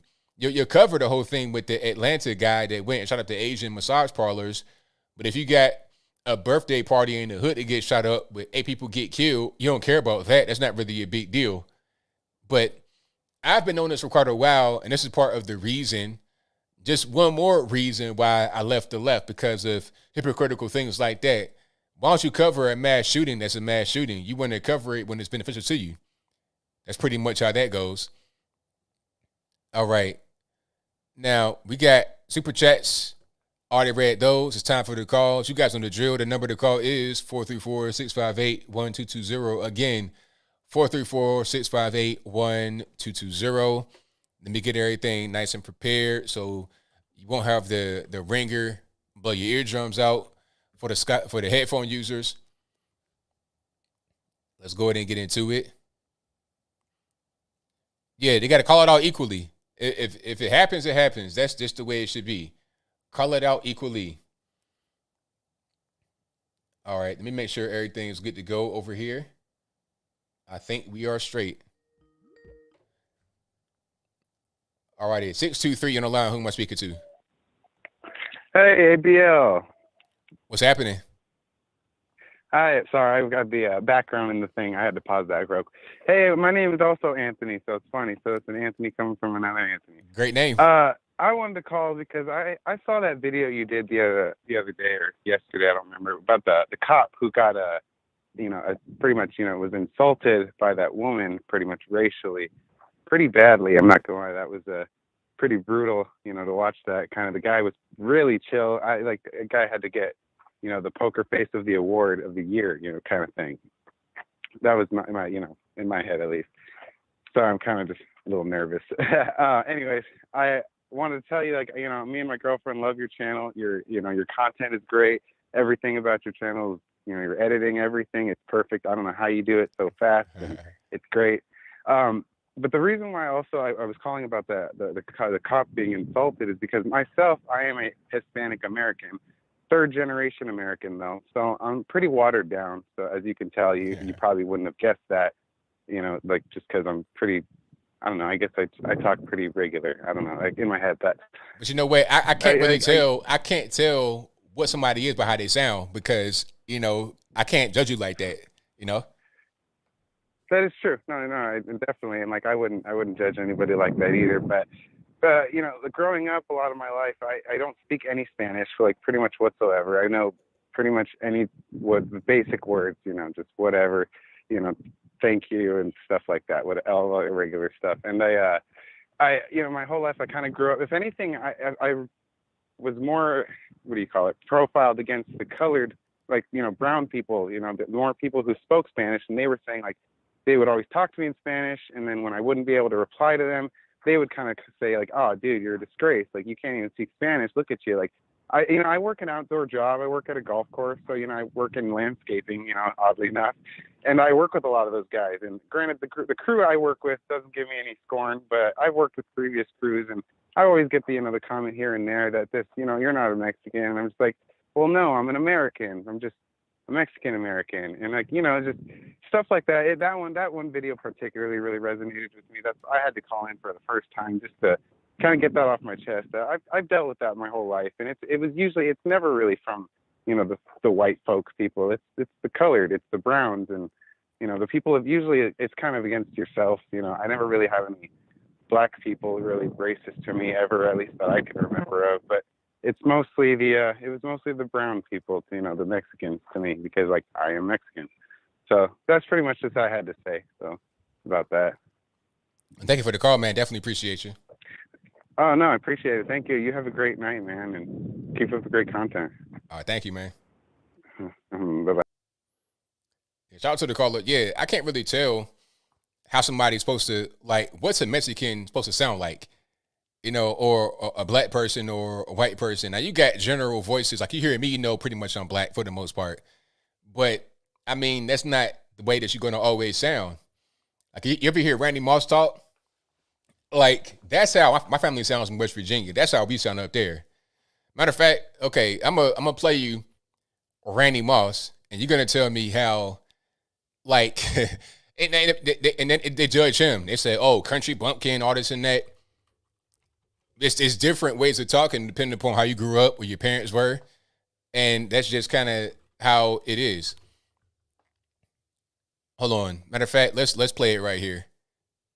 You don't want to bring up people. You know, he was an all-around athlete himself. Right. And he was a year ahead of me. So with him playing, and what was funny was, you know, Nike used to hold an annual All-American game, and Jason went the year before. Oh, okay. So Jason went to the All-American game, and, you know, they took, you know, West Virginia being a small state. A couple guys. So that right there, that's how all my family sounds, pretty much. You know, but like I said, I grew up in Virginia, so I just was different. But I kind of got a little bit of that and a little bit of Virginia as well, being in the household with somebody that came from there. So it's just like, what are you supposed to sound like? Must I sound like I'm, you know, in the country or on a tractor or in the inner city? Like, how should I sound? All right. 434-658-1220. Already calling allowance speaker to 207. Hey, ABL, how you doing? This is Mike calling from Maine. All righty, man. What's going on? Oh, not a lot. How's everything going with you? Everything's pretty good, man. Can't complain. Good, good. So I wanted to touch on something that you had mentioned earlier about the Chauvin trial, when you said that you heard that the FBI might scoop him up if he was acquitted or whatever. If he walked from the trial, the FBI might scoop him up on some federal hate crime charges. Mm-hmm.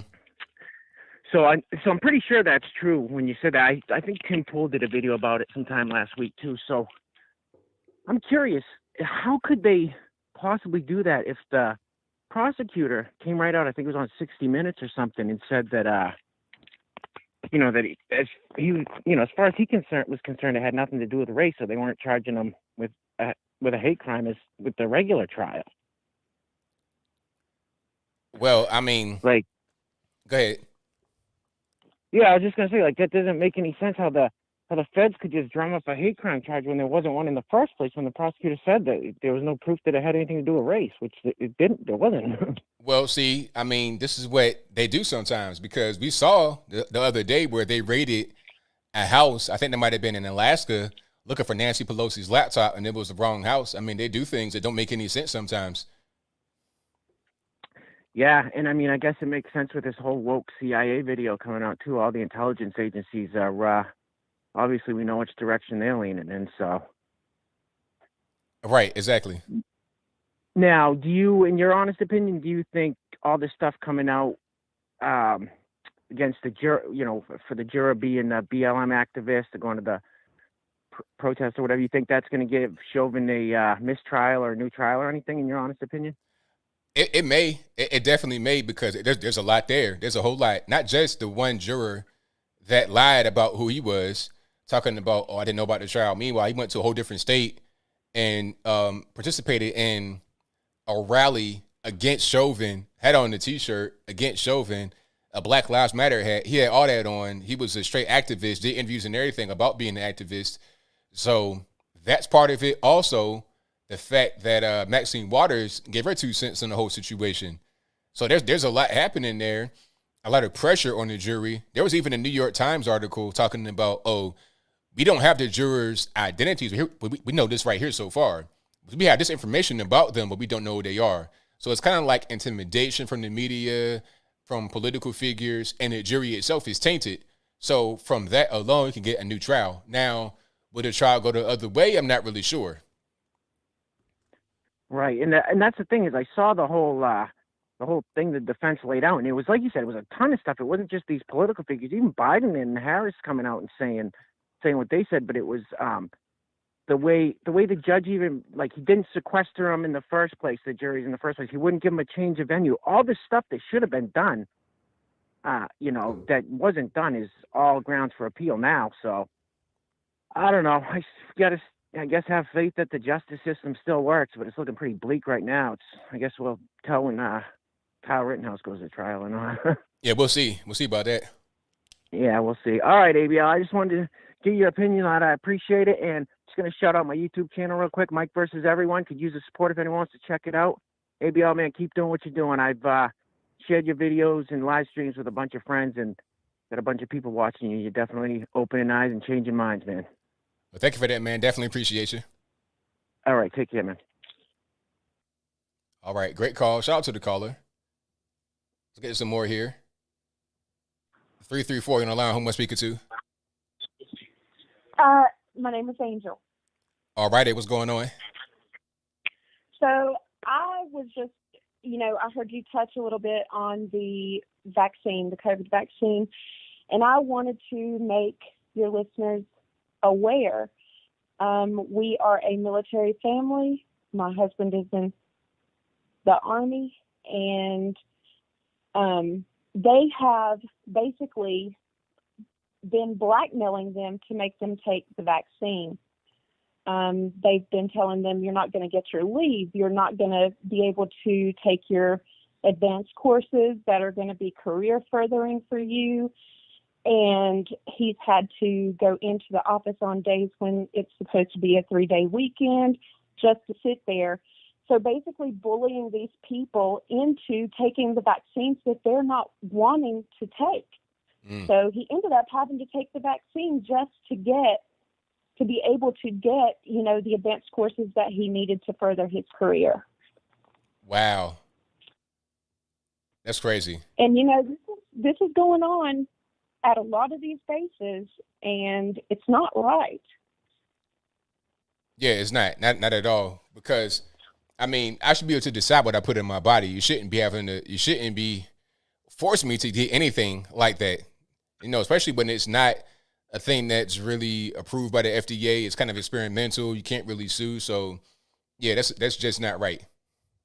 Yeah, that's what I told him. And, I told him, you guys need to stand up and do something or say something, get in contact with news media, something. This is not right. But everybody is afraid that, they're going to be risking their careers if they do that. Right. Exactly. So, I don't know. I didn't want to take up any more of your time. I just wanted to let people, be aware that this is going on. People are getting bullied and pushed into doing this, and it's not right. We need to stand up for this. Right on. Absolutely. Thank you. Have a good night. Thank you for the call. Appreciate you. All right. Bye-bye. All righty. Let's go to the next one here. All right, hold on 1 second. All right, Victor, what's going on? Hey, thanks for the call. No problem, man. Yeah, still waiting for LeBron James to be accountable for his actions. Don't hold your breath on that one. It might be a while. Yeah, before I get into my talk, I want to say, after looking at the NFL draft, I'm hoping for a Detroit Lion and New England Patriots Super Bowl in the future. Oh, is that right? Why you say that? Well, because on YouTube, they have the draft calls. They're the team's reaction when they make their make the call to their first pick. I see the Patriots just so calm, so mellow, that I saw the Detroit Lions. So like, yeah, whoa, yeah. I mean, after looking at that, I want to bite off a kneecap. So anyway, ever since the whole Derek Chauvin case, I've been really thinking about what Lester Holt said a long time ago about truth. No, they only want to talk about the truth. However, they really don't know the definition of the truth. Have you noticed that before? Oh, of course. Yeah. I mean, yeah, sometimes you got to ask them, like, what do you mean by truth? I had to look up the definition of what truth means, and it means according to the facts of reality. And with Lester Holt, how can you know that what your ideals are in accordance or conform with reality when you're just shutting down any type of ideals and want to hear what you want to listen to? And seeing how people react, I'm trying to think that are they really going by the truth, or are they going by their feelings? It's their feelings. They go by whatever reality they create for themselves. Whatever they think, however they feel is right, they go off of that. Yeah, exactly. I mean, I understand seeing things and how we react, and we are emotional creatures. It's not a problem of feeling the way you want to feel when you see these certain things. However, if your feelings doesn't conform with the facts that's in reality, then you're just not going by truth. I understand how LeBron James and a lot of people feel that yes, a girl got shot and killed, but in reality, she wasn't acting like a girl at that moment. That's the fact. And when the cop got into a chaotic situation like that, the best thing to do is try to save someone else's life. I understand seeing a cop killing somebody in a line of duty, but in the facts of reality, not all cops are bad, and just because a cop kills somebody doesn't mean that they killed an innocent person. Right. People need to try to think first, then stop instead of just reacting. So we could really be objective of the situation. I mean, it makes sense to me. People just need to, stop and think for a minute, because a lot of people they react based upon what they think they should do, rather than what the situation calls for in reality. Yeah, and I ended with this. I mean, why do you think our brains are so much bigger than the animals than the animals? Well, the animals, the brainstem is bigger, so much bigger than the humans. It's because they're not rational. It's a reason why that we are rational, and that's how we're supposed to act in any situation, with rationality. Thanks for taking my call. Thanks for the call, man. Appreciate you. All right, then. Bye. Right on. Can't argue with that. That's just pure logic right there. So shout out to Victor for the call. Most certainly appreciate it. Let's get to the next one here. 228 on the line. Who am I speaking to? Yes, this is Victor. All righty. What's going on?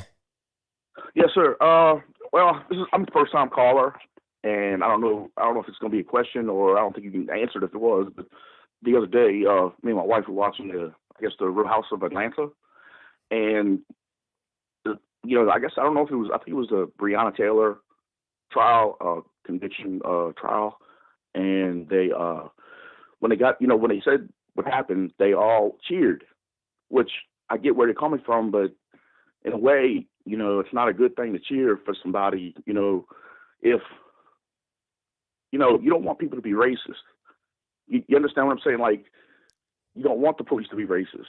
They think that, everybody thinks that, the cops were racist, but they weren't in the trial. So, do you understand what I'm saying? Well, I mean, are you asking why they would cheer? Like, yeah. I mean, I know why, but it was just kind of hard. Like, they need to think a different way. You understand what I'm saying? Yeah, but I mean, the thing is, you got to understand the only reason why they cheer is because they thought it was like a victory for them. Right. It wasn't even about getting justice for the girl. It was about a victory for them. They felt like they won, just like the whole OJ thing. I thought it was about justice. I don't mean to interrupt you, but nah, it's not even necessarily what it's about. It's about they felt like they got a victory because they internalized it, they personalized it, just like the whole thing with OJ. Yes, sir. Right. Exactly. That's exactly right. And the thing about it is, we don't want racists in our police force. And if I guess it'd be better. I don't know. In a way, if these people, if it was justified, it don't. You know what I'm saying? Well, I mean, but that's just kind of like it's just a thing. It's just a thing. It's one of them things. Okay. All right. Well, thank you for the call, man. Definitely appreciate you. All right, man. Thank you very much. All right, bye. Yeah, it's a celebration because they feel like they won. It's like with OJ. I remember when OJ happened, and everybody was cheering about that too, and because it wasn't even about justice. Because everybody know, even if you cheer, you knew that OJ probably did it, or you thought that he might have done it, but it wasn't even about that. It was about we won because that was right around the time of Rodney King and stuff like that. It was like they keep beating us all this, that, and the third. Now we got one. It was a tit for tat type thing that became personal rather than it being about justice.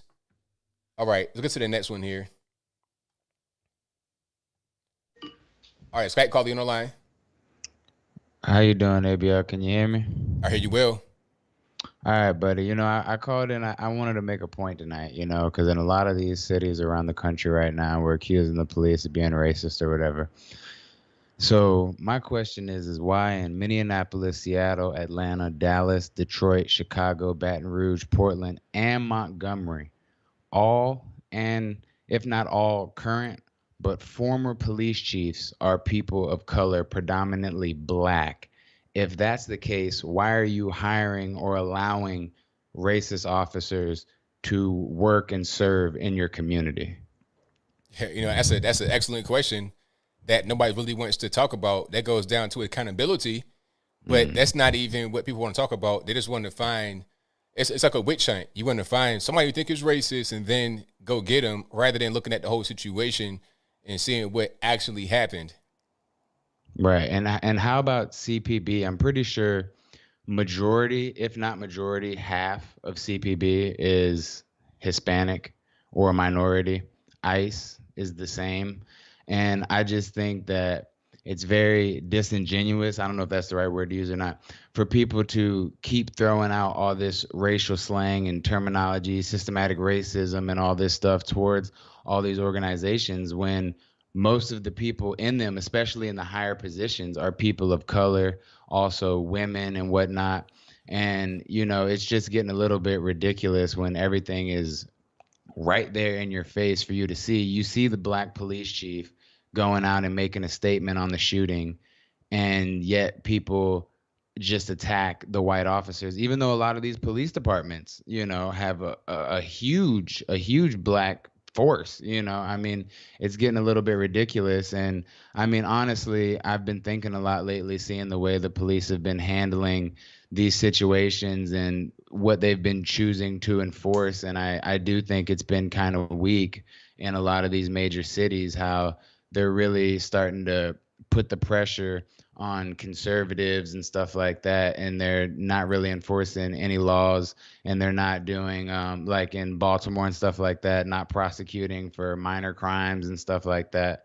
I don't know. I think it's getting a little bit ridiculous, and I think everybody's got to keep their eyes open, not just for the people, but for the police as well. Even though they are here to protect us, they do a great job. A lot of them are just in it for the paycheck, and they will do what they have to do before they do what's right. Do you agree or disagree? Right on. And the thing is, if they're there for the check, then if things are getting kind of weird, they're getting kind of dangerous, and it's too much pressure on them, rather than showing up to a dangerous crime scene, How about I take my sweet time? How about I just not throw on my siren? I get there when I get there. And that was the problem when I was a kid growing up because, you call the police, they ain't coming. It take them a long time to get there. You call them, they get there about an hour later. After the smoke didn't clear and the body didn't hit the floor, everybody's already dead. If they're going to be dead, all they do is just come by, write a report, call the ambulance. They come get them in there, take them to the coroner, and then that's it.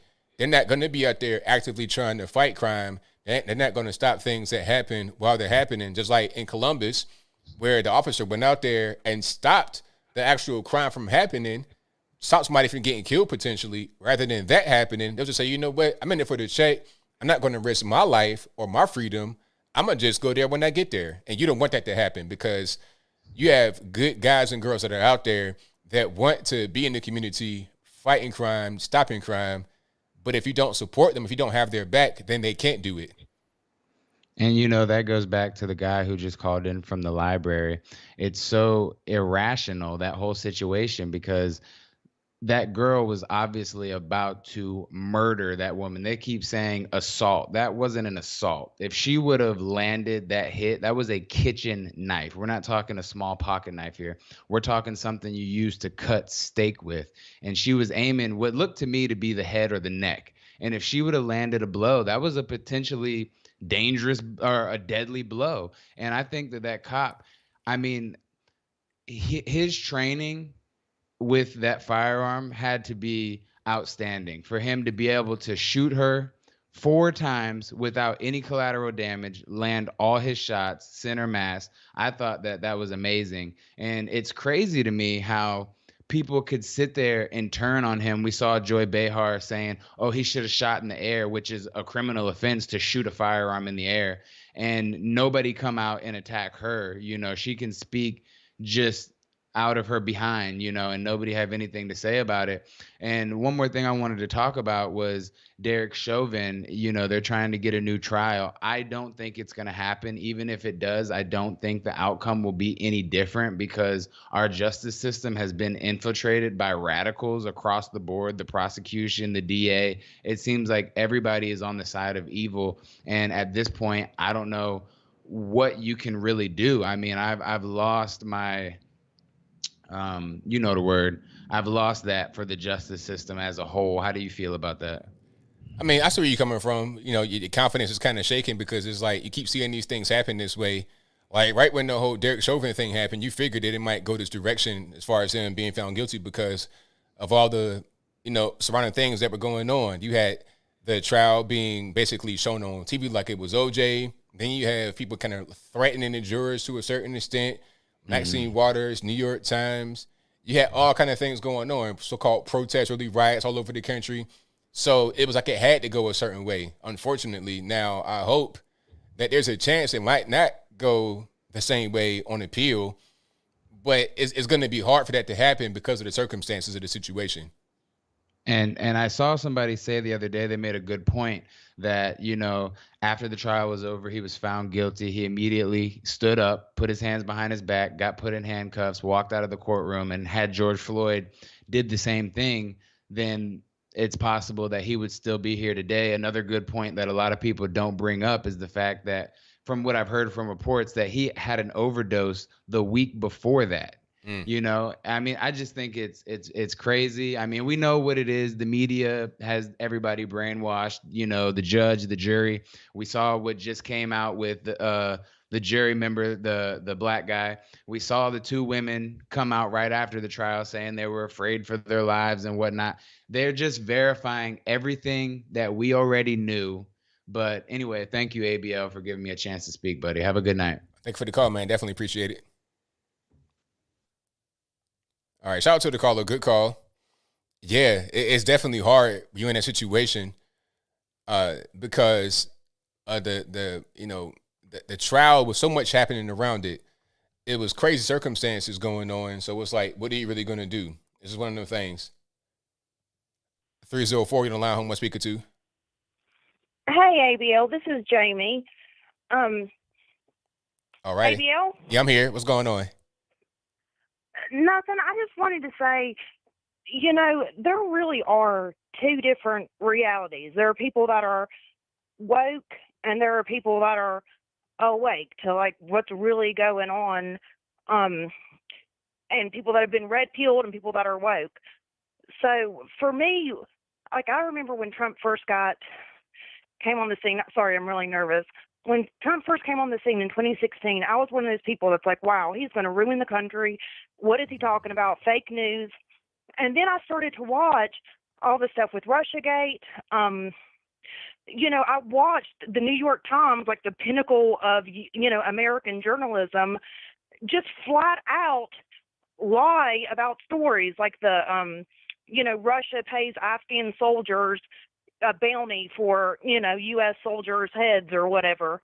That's a year later, they had to retract that. I mean, so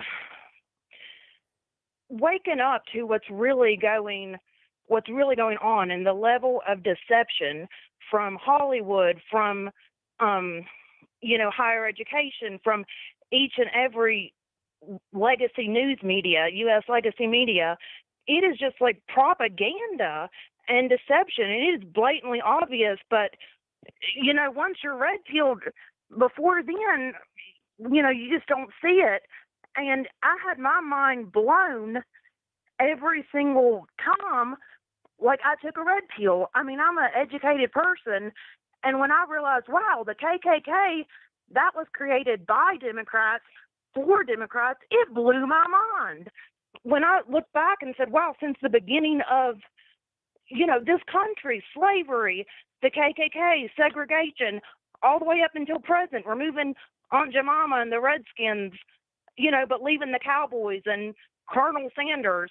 This is all the Democrats, the party of the people. These are the real racists.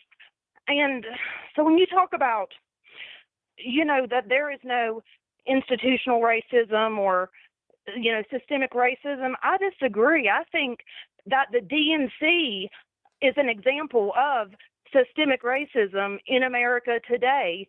Bill Clinton, creating for-profit prisons is an example of systemic racism, kind of like, it might be like by proxy. That's not really the exact reason, but still, yeah, that is a racist policy. The crime bill, that is systemic racism.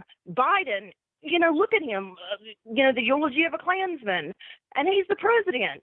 So, I mean, I think pretty much anything the DNC does is an example of systemic racism, and people get so kind of lost in the muck and the mire of debating over identity politics. BLM, that's another example, systemic racism. I mean, that is an organization that is created to fund Act Blue, to line Democrats' pockets under the guise of, oh, we care about black people, knowing that they're not doing a daggone thing for, black people, poor people of any color. So that's all I really had to say. And I think when you showed that clip of that woman calling out Alyssa Milano, at the end she said, you don't have to be, something like, you don't have to be a white supremacist. And that's right. These Hollywood puppets are, I mean, I don't know if they're corrupt or if they're just, dumb, but either way, they are part of the problem they claim to fight against. And that is, systemic racism. So that's just all I had to say. Thank you for your call. Definitely appreciate it. That's all right. Thank you for your call. Okay, thank you. Bye-bye. Well, great call. Shout out to her. Yeah, she's right on point. I can't say it no better myself. No better myself. Let's get to a few more here. Let's go. How about it, Jordan? What's going on? Oh, nothing much, ABL. Yourself? Everything's good, man. Can't complain. That's good. I just got done with a little party for my birthday. Oh, man, congratulations. Happy birthday, man. How old are you? I'm 25 right now. Oh, man, old man, getting up there. Yeah, not as old as you, though. Nah, not as old as me. I'm grandpa over here. Mm-hmm. So I wanted to talk about the whole Tim Scott thing because this is kind of the real plight of the black conservative. You can basically say the same things that any other person says, and you'll just end up getting called a coon for it. This is a prime example. If you look back when Ben Carson made the slavery comments, he was ridiculed for it. But then it was revealed that Obama does it, and not only is he not ridiculed, but people like Don Lemon defend it, saying, "Oh, it's a different thing," but it was, in fact, the same thing. Anyone who heard it would know it's the same thing. Even Trevor Noah had to mention that. And then you have, Morgan Freeman saying that in order to end racism, we have to stop talking about it, and people are cheering stuff. And then Stacey Dash says it, and she gets called a coon or a bootlicker for it. And now you have it here. Tim Scott says that America isn't a racist country. He gets ridiculed by these news outlets for it and by Twitter. Kamala Harris says it, not a word. No word at all. It's like it didn't even happen. Like they won't even acknowledge it. Yeah, and it's so weird the way Kamala Harris is treated, because the whole India thing, the rising COVID cases, the crisis in India right now. It seems like I was like, there were Indians that were pleading for Biden and Harris to do something, to give aid. But when they decided to ban travel from India to the United States, which, funny enough, not surprisingly, they didn't get any flack for, they just stopped talking about it. Of course, that's how they're gonna do. That's what they do all the time. And Kamala Harris is in this position where she seems to be untouchable, particularly defended by black women, because of course Tim Scott, being a black man and a conservative, he's obviously going to get flack for what he says. But Kamala Harris is being treated like a goddess right now, and I haven't heard of anything that she's done other than she's a black woman, and she's a line sister, as the only reasons anyone would have to support her. Yeah, there's no reason in there for anything that happens in the Democratic Party. Like, if you ask people that are Democrats, for the most part, hey, why do you support Joe Biden? Why do you support Kamala Harris? Like, actual policies, they won't have much. Or if they do, they have things that are pretty toxic, like, oh, abortion. I was like, oh, so you want to kill some babies? That's why you want to vote Democrat, for real? They don't really have a lot. They really don't. I haven't heard any justification for having her in office other than that, and maybe we got to get Trump out of office or something like that. Yeah, pretty much. And it's also interesting, that woman whose name, MSNBC, whose name I forgot, she Tiffany Cross. Tiffany Cross. Tiffany Cross. Yeah, I don't watch her segment, but she God, I can't remember the words. She was funny enough, she accuses Tim Scott of using the tired slogans and things like that, when she herself uses things like the right side of history, which I can't for the life of me understand what that means. The right side of history. Yeah, like, what is that? I mean, who gets to decide what the right side of history is? That's what I want to know, because I heard that a lot, but it was like, according to who? According to you? Like, why are you the grand arbiter of what the right side of history is? Yeah, I mean, but I have a feeling that you mentioned, and I'll say this point before I go, you mentioned that she didn't overtly answer the question of whether America's a racist country. Yeah. I have a feeling she did that to please her, the people, the higher ups at MSNBC, and it would really look really bad if she directly said to the camera, America is a racist country. Because it's really weird. Like, you wouldn't see, like, you look at places like India. India has a lot of homophobia in it. They just recently legalized consensual intercourse with people of the same sex. But you wouldn't hear these people criticizing America, calling it racist, calling some place like India homophobic. Like, if you really think that this country is that racist, there's racism in the country, but saying that it's generally racist, if you're going to say that, why are you in the United States? Why don't you go to a country that's not racist in your eyes? I never understood people who make this criticism, talk about it every day, and yet don't take the action to go to a place that isn't bigoted, isn't what they claim is bigoted at all. Right. They're not gonna leave because they're just making up stuff. But if they do talk about going somewhere, they'll say, Norway or Finland, like somewhere that has more of a white population than the United States. But if the white man is so racist, it doesn't make any sense. It kind of just blows your mind when you think about it for a little bit. Like when you have like John Oliver in America, living in New York City in a big house, criticizing America and all that stuff, and he just moved from England or to live in the United States. Or Trevor Noah doing the same thing, coming from South Africa. I don't know, it just boggles my mind sometimes. Right, exactly. All right, ABL, I'm gonna head out. I'll talk to you later. Thank you for the call, man. Definitely appreciate you. Peace. All right. Shout out to Jordan for the call. I appreciate him. And thank you for the super chat right here. This comes from Cynthia. Says prayers and support. Cornelius and Cynthia. Thank y'all for that. Definitely appreciate you guys. All right. We got more calls. Let's get to some more. 678, you're on the line. Who am I speaking to? Well, good, ABL. What's good, boy? Hey, nothing, man. What's going on? No, aquí ya tú sabes, entrando con la cerveza, güey. You got to do English, boss. See, because the first caller, you know what I'm saying, he was like the Mexican-American. Nah, man, I got talent, bro. I got different accents on me. So I can do just about everything. But I'll tell you what, though, and I'm serious about this one right here with Alyssa Milano.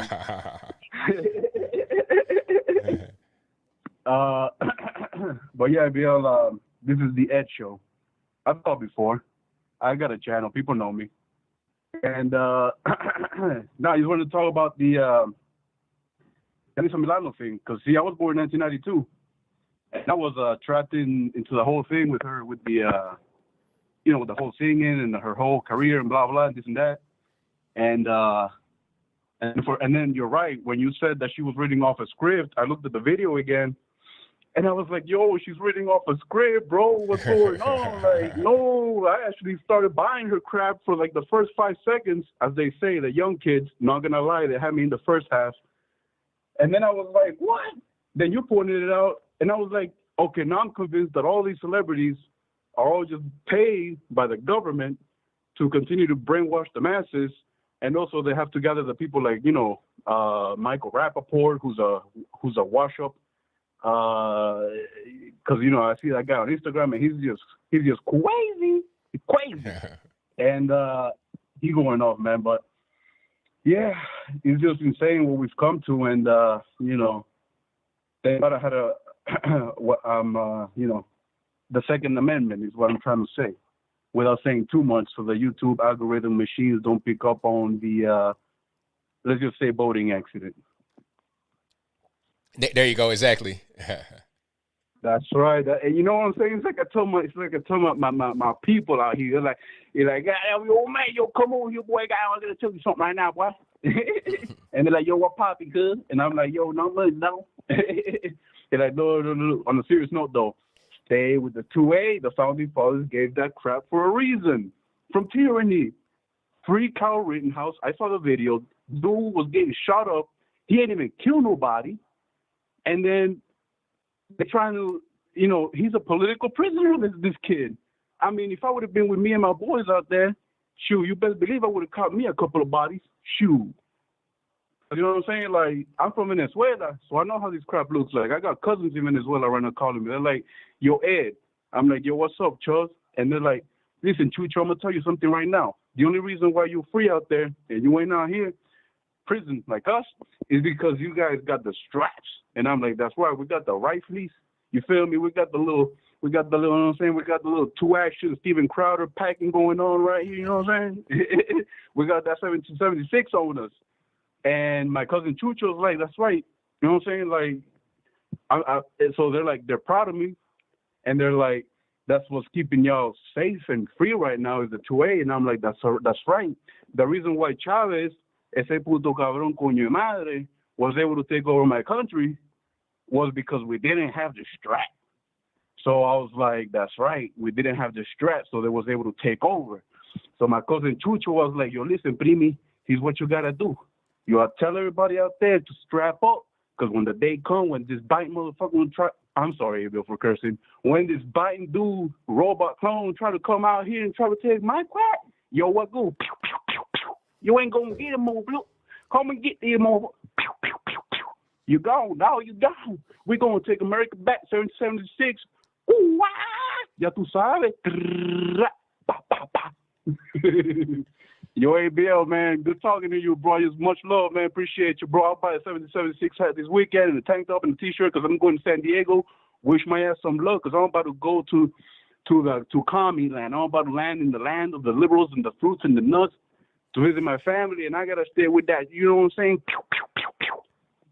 No doubt, man. Thank you for your call. Definitely appreciate you. Thank you, Bill. Wow. Hey, shout out to the caller. You guys are great. Shout out to my man. Hey, that I enjoyed that. I really did. Okay, let's get to some more here. Okay. All right, it's Cat Caller. Who am I speaking to? Hey, Bill, how's it going? This is Danny from New York. All righty, what's going on? Hi, good. Hey, congrats on your wedding ceremony a few weeks ago.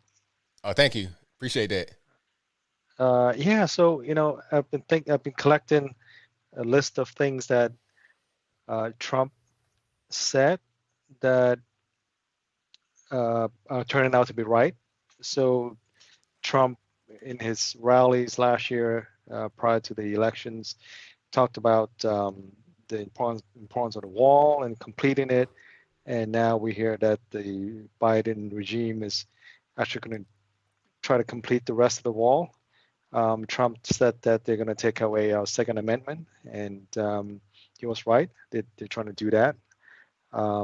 Trump said they're going to pack the courts, and they're actually trying to do that as well.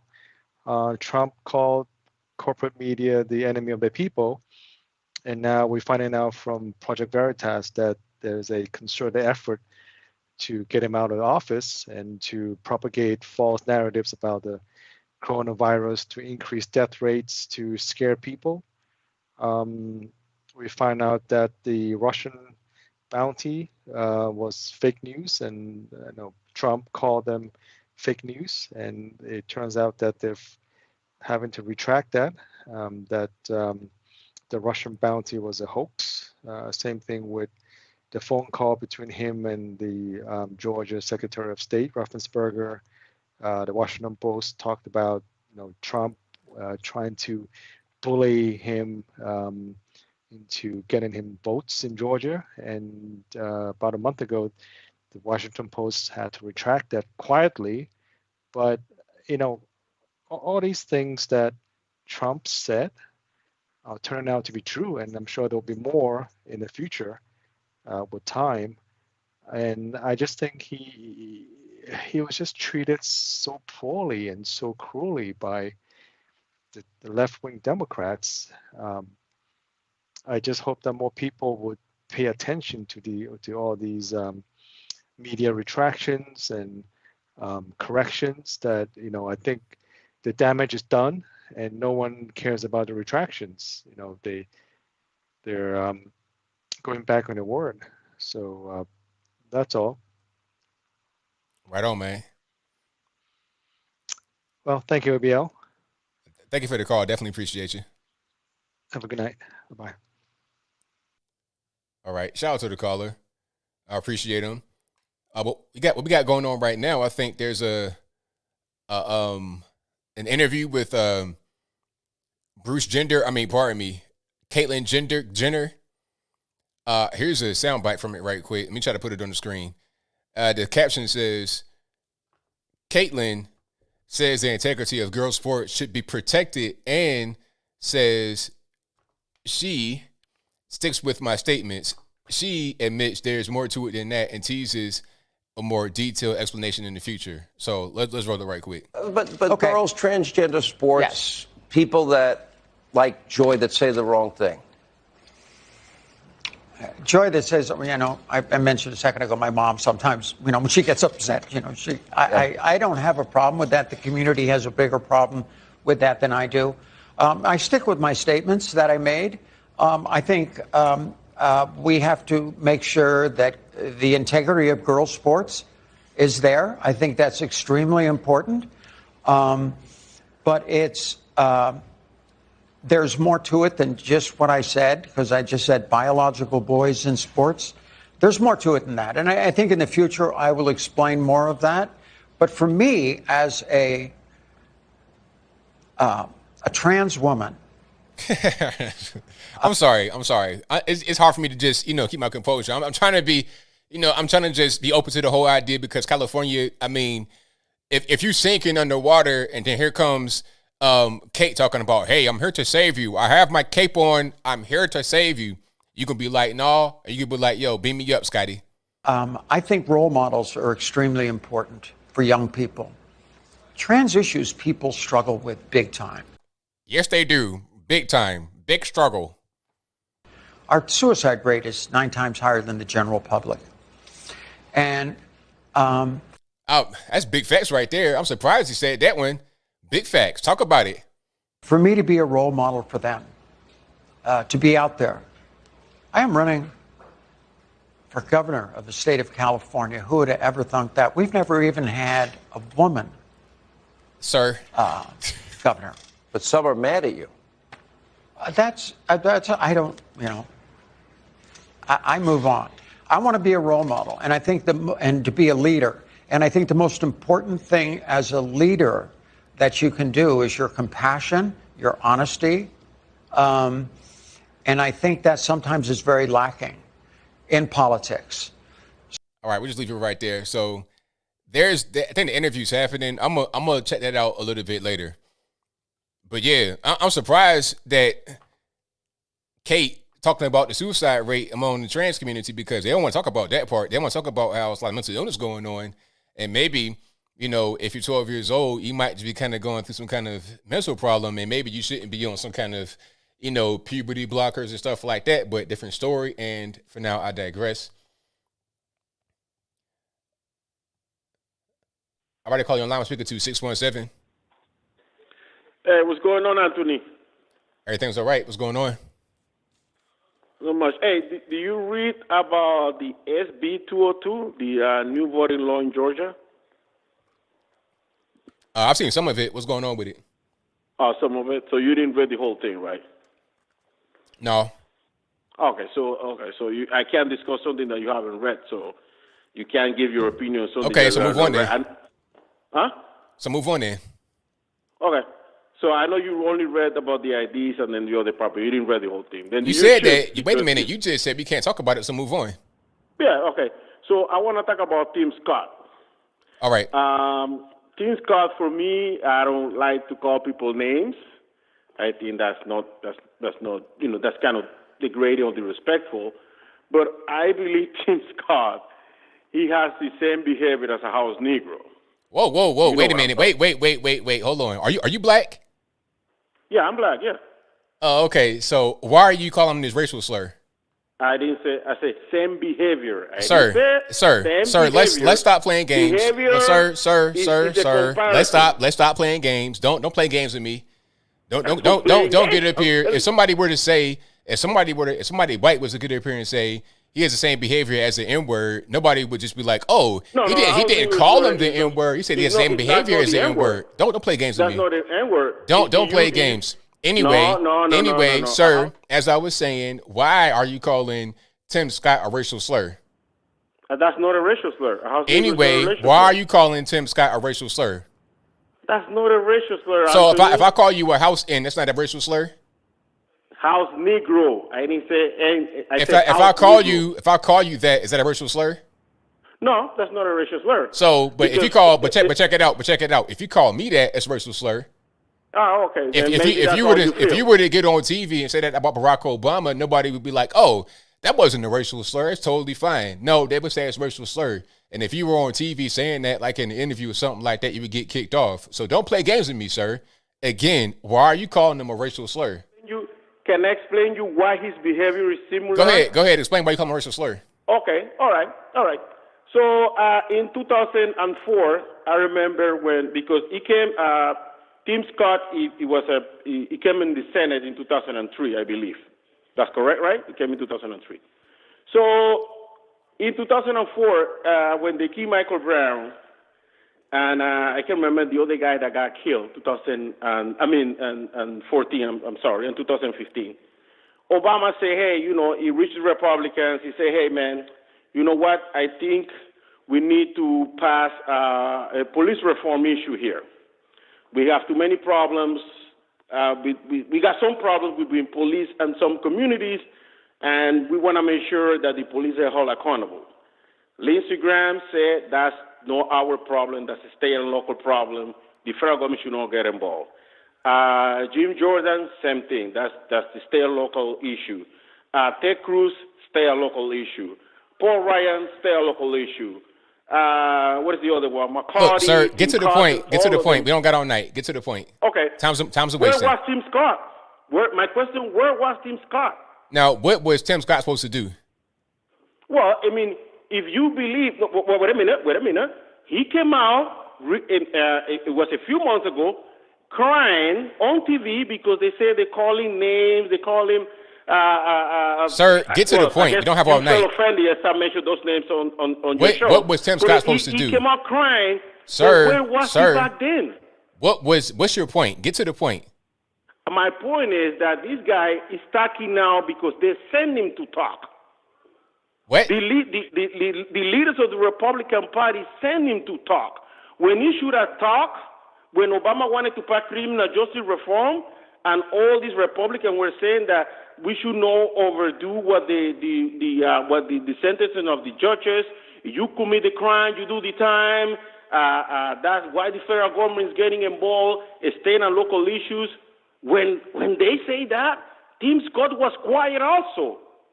So is Tim Scott now, when crying on TV, that makes him look weak, by the way? Look, at the end of the day, you're not making no sense. You're just talking in circles. I'm going to just go ahead and just say what I got to say. Like, I guess you're talking about some bill that he didn't want to pass. You don't know. You're not telling him exactly what's in the bill. You're talking about there's some things that could be beneficial as far as police reform, but you're not talking about the things that are actually in there, the specifics of it. He's getting called names by people like you, people like you, by Mexicans, by black, by white, and everybody else because he's a conservative and he's black. That's it. It's the same old thing y'all always do. It ain't nothing different. I done been called House N and C and all kind of stuff by guys just like you all the time on the left. Never on the right when I was on the left, but always on the left now that I'm on the right. So nothing about what you're saying makes any sense. You're talking about a thing that is much more nuanced than what you're saying. You're talking about, did I read the bill in Georgia? But you're not talking about the specifics of what you're talking about back then that he was not out there for. Tim Scott is a guy that can go out there and talk with himself. Why is it that they say, oh, okay, you sending Tim Scott out there to talk, but when Ron DeSantis is on TV or when Ron Paul's on TV, nobody says they send them. They can go out there and get TV time if they want it because they're stars, people know who they are, and they are requested to do TV time. They're requested to do certain things by the network. It's not like the GOP says, hey, Tim, go out there and do that. Go out there and do that. People are asking beyond the GOP. The GOP is kind of feckless anyway. They'd like to put a guy like Mitt Romney out there, have him talk, or Ronna McDaniel have her talk. Okay, it's not even about the establishment anymore. It's about people doing things on their own. So I'll give you the last word. All right. So that I have the floor now. I mean, were you listening? Were you listening the whole time, or were you talking the whole time? Well, you said it because. All right. Matter of fact, I think I'm done. So that'd be a wrap because you started off on the wrong foot. I like to give people different points of views of time, but then we start off from the wrong foot. I'm just kind of done.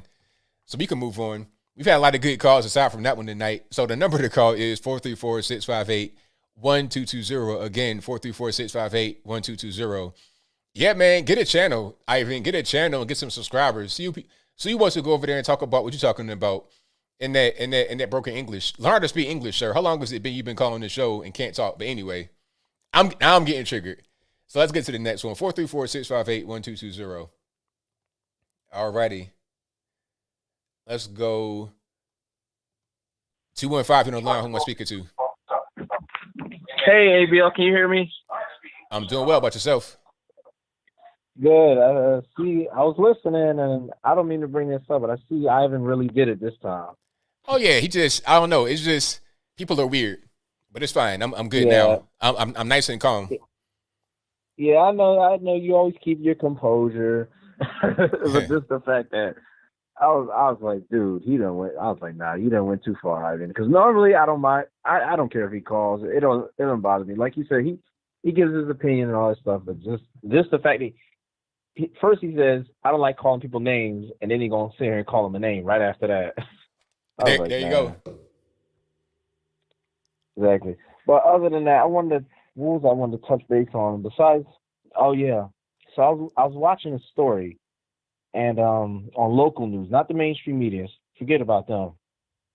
So I was watching a story and I found out that the funeral homes, like people who got to bury their loved ones, and because if their loved ones get killed, they got to bury their loved ones, and it's pretty tragic how much it costs. And the city is at the point where they have to step in and cover the cost of the family's loved ones because their loved ones get killed by gun violence.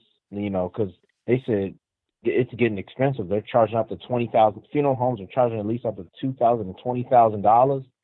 Like the price is going up just to bury somebody. Yeah, I mean, a lot of these funeral homes, they're getting overrun. They're doing funerals back to back to back to back. Homicide rate going up. A lot of things. A lot of prices are going up. It's getting to be kind of ridiculous at this point. Yes, and yeah, I've noticed that. They're saying the funeral homes they're just getting overwhelmed. They can't do it all, and they're raising their prices up. So now they need help. People from Philly, they need help from the city.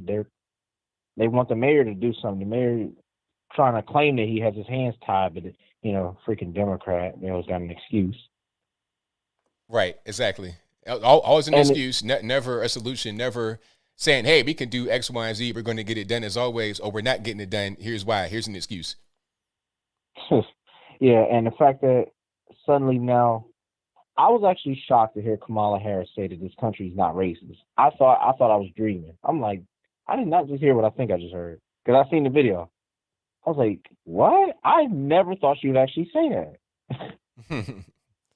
I mean, go ahead. Nah, it's crazy to hear it, but the media, they don't want to highlight that. They don't want to talk about that. They kind of want like she didn't even say it. Yeah. It was crazy. I was like, oh, I remember that time. Like when Kamala Harris said that, I was just like, my mind was blown. And I remember that time I did remember hearing about the border, them shutting down travel bans from India.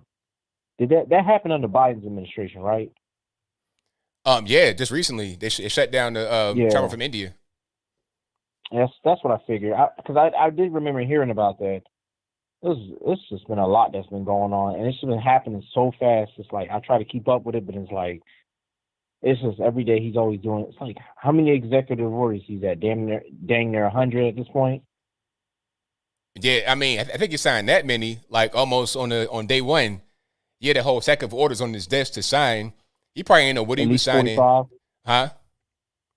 At least for like 45. Like you said, it was like 40 executive orders he signed in day one. Yeah. And I'm pretty sure he didn't know what he was signing. Because I remember he asked the question, what am I signing here? And his people in the background just told him, just sign it. Right, exactly. Just sign it. Don't ask no questions. Yeah, and people, this whole coronavirus, as I suspected from day one, it was just another way to try to control everybody. I knew it from day one. But I kind of kept my head low for a little bit, but I'm just at the point where I'm mostly starting to speak out, and I'm about to try to start my own flag waving event in Philly. All right, man. That sounds good to me.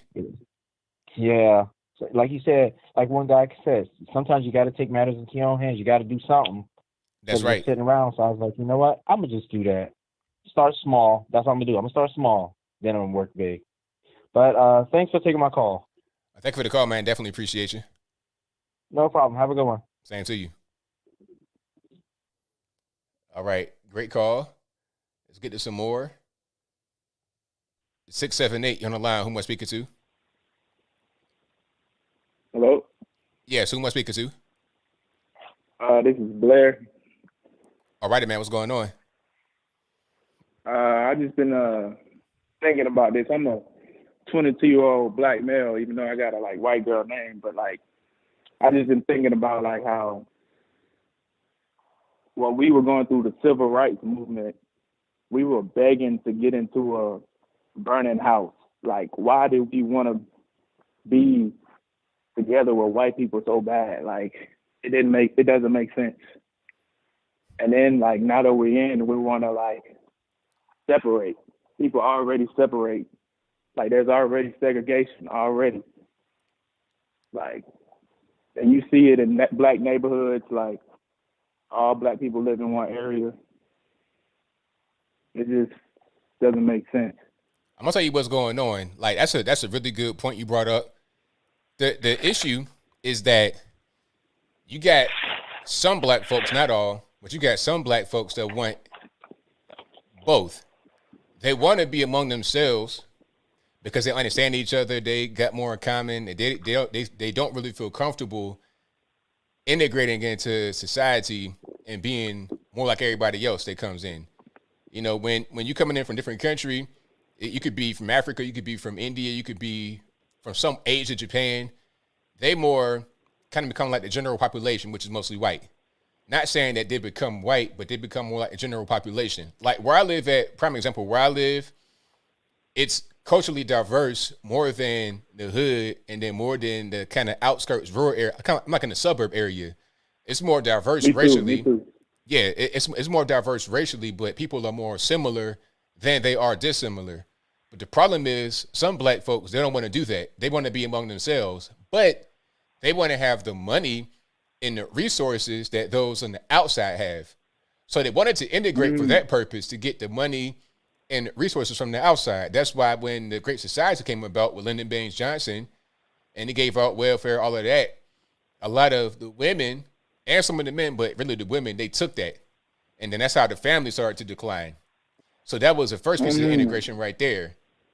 But they didn't understand that by taking this money and declining the family, that they'd be worse off. They were better with less money, but a unified structure. But they didn't see that. So now they're realizing, oh, okay, well, I'm not really feeling validated. I'm not feeling like I can't really be true black over here. So now I'm going to separate. Now I'm going to go back to the way it was before. But at the same time, they want that money. So now they're trying to say reparations. That's the biggest thing. They want to get that check and cash out and move. That's what they want to do. Right. Yeah, I feel like with the reparation thing, if they were to do that, they should have did that a long time ago when we knew exactly who was a slave. Because at this point, we have no idea. Like, and there were black slave owners, and it's so mixed up. Like, every white person wasn't a slave owner. Most white people were at that time were poor. So it's like, it's too mixed up at this point now. But if we were to do that, we should have got away, you know what I'm saying, and created our own thing. But like now, it's just so messed up to me. Exactly. Like, I agree with you. Yeah, like we got to figure out what we want to do, because if we sending mixed messages, like at one moment we say we want to be integrated, now we saying white people are evil, white people are bad. Like, that's not the case. Like, I don't get it. Right. It doesn't make a lot of sense, but at the same time, when I think about it, I understand where they're coming from, but their thought process is just not really right. It's an incorrect thought process, and people got to get beyond that and understand what's really going on.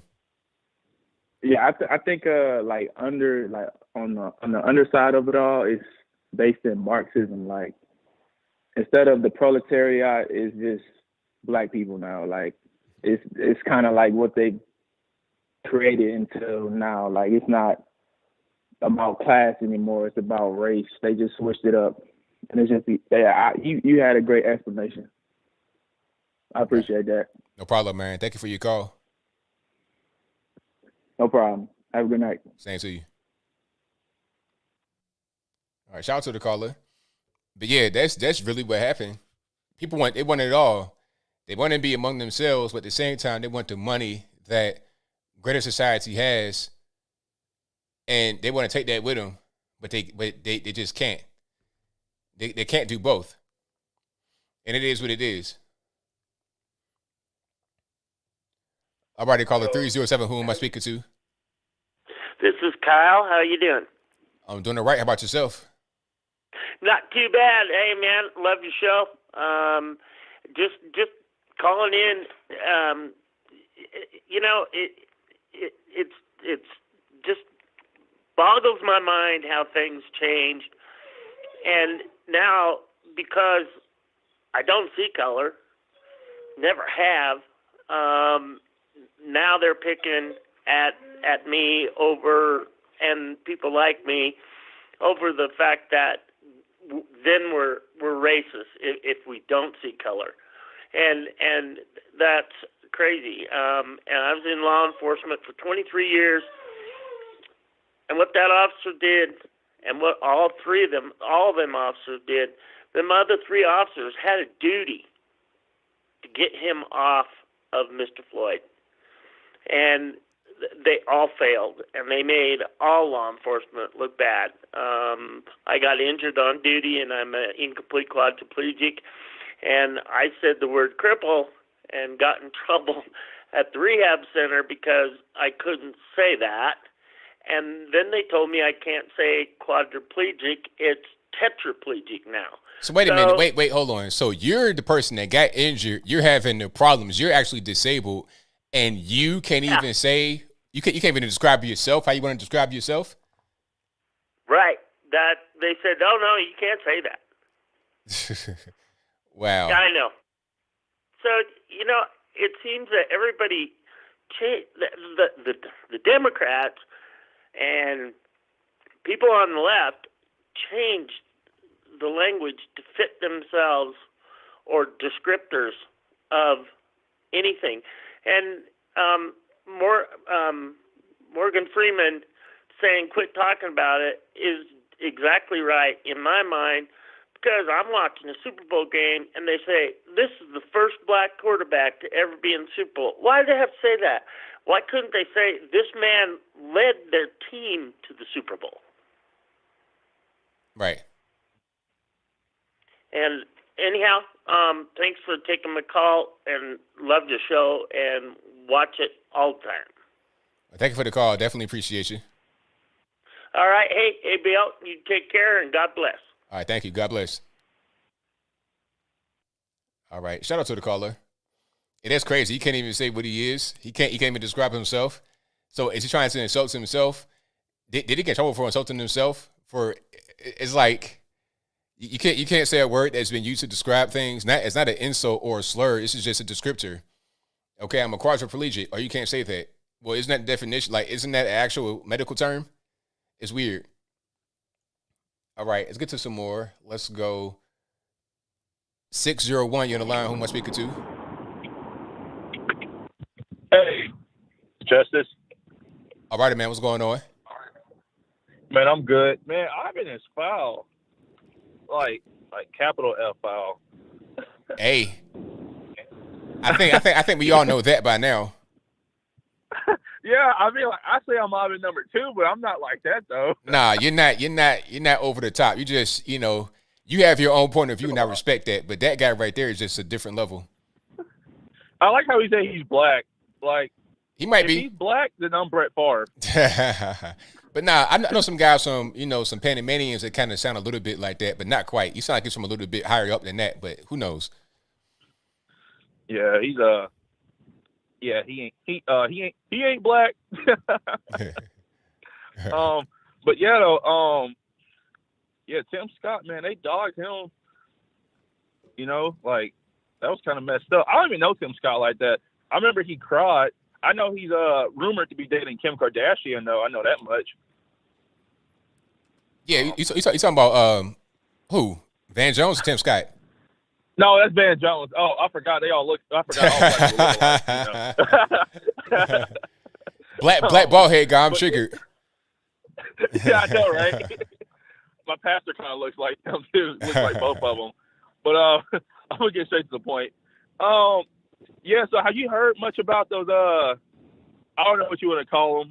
White supremacists, insubordinates. People, the January 6ers. And we heard much about them. Like, do you have any like reasonable what's the word? Do you know why they probably don't talk about them anymore as much as they probably should? Well, because it ain't that much there. I mean, what they really going to say besides what they already done said? January 6th, insurrectionist. I mean, I done heard the word insurrectionist so many times. I feel like I done heard it too much. I feel like it's a song on the radio they want to spin and they put a bunch of money behind it and make it popular. That's how much I done heard the word insurrectionist. So it's kind of worn out. People are tired of it. Now they talk about something else. Try to figure out what the next story is. I mean, yeah, I mean, they talked about George Floyd all year, you know? Right. I mean, it's only right, don't you think? You know, maybe. I mean, I feel like people are just starting to kind of get tired. And then the thing about it is, if they keep bringing that up, then they got to keep bringing up Trump. So they don't want to keep. It's like they don't want to bring up Trump, but at the same time, they want to insult Trump supporters. But it's kind of hard to do that when you don't want to bring up Trump. So they kind of stop between the rock and the hard place. Yeah. But yeah, speaking of Trump, I guess we can move on to Trump. How do you feel about him getting permanently removed from Facebook? I mean, I'm not surprised. Now, to be fair, they said they're going to revisit it in 6 months, but it probably would be the same decision. Because Facebook is a bunch of anti-Trump, like Silicon Valley in general is anti-Trump. And the thing about it, it's not just the people that run it, like Zuckerberg and Jack Dorsey and people like that. It's not just them, it's their employees. Google, same way. I saw, it might have been 2-3 years ago, I saw a list of Google employees, and they had their picture and a little bit about them, and half of the pictures were furries. Do you know what a furry is? Yeah, I do. Half of the pictures, the people that shop at Hot Topics. well, pretty much like half of the pictures were animal pictures. Like these are actual business profile pictures to say, yeah, my name is John Jacob Hammerschmidt. I'm a programmer. Half of the pictures were animals. So I'm like, all right, I see what's going on here. These people are not going to be Trump supporters, and they probably hate him. So if they got to deal with him, that may cause some discord among the workforce, and in the actual workplace. Yeah, sometimes. I don't know if I ever told you. I have my degree in computer network and technology, right? So people are like that. That's just how they are. You know, a bunch of anime type watchers, costume wearers. You know, a lot of them. Well, you know, I'm in Mississippi. You already know that, but like they're half and half. You know, conservative, liberal. I wouldn't. So me personally, I wouldn't really go too much on that. But back to like Trump himself. With me, you know, being somebody that studied computer networking and programming, Neticat, Cisco, and all that stuff, I know how it works, how tech companies work usually.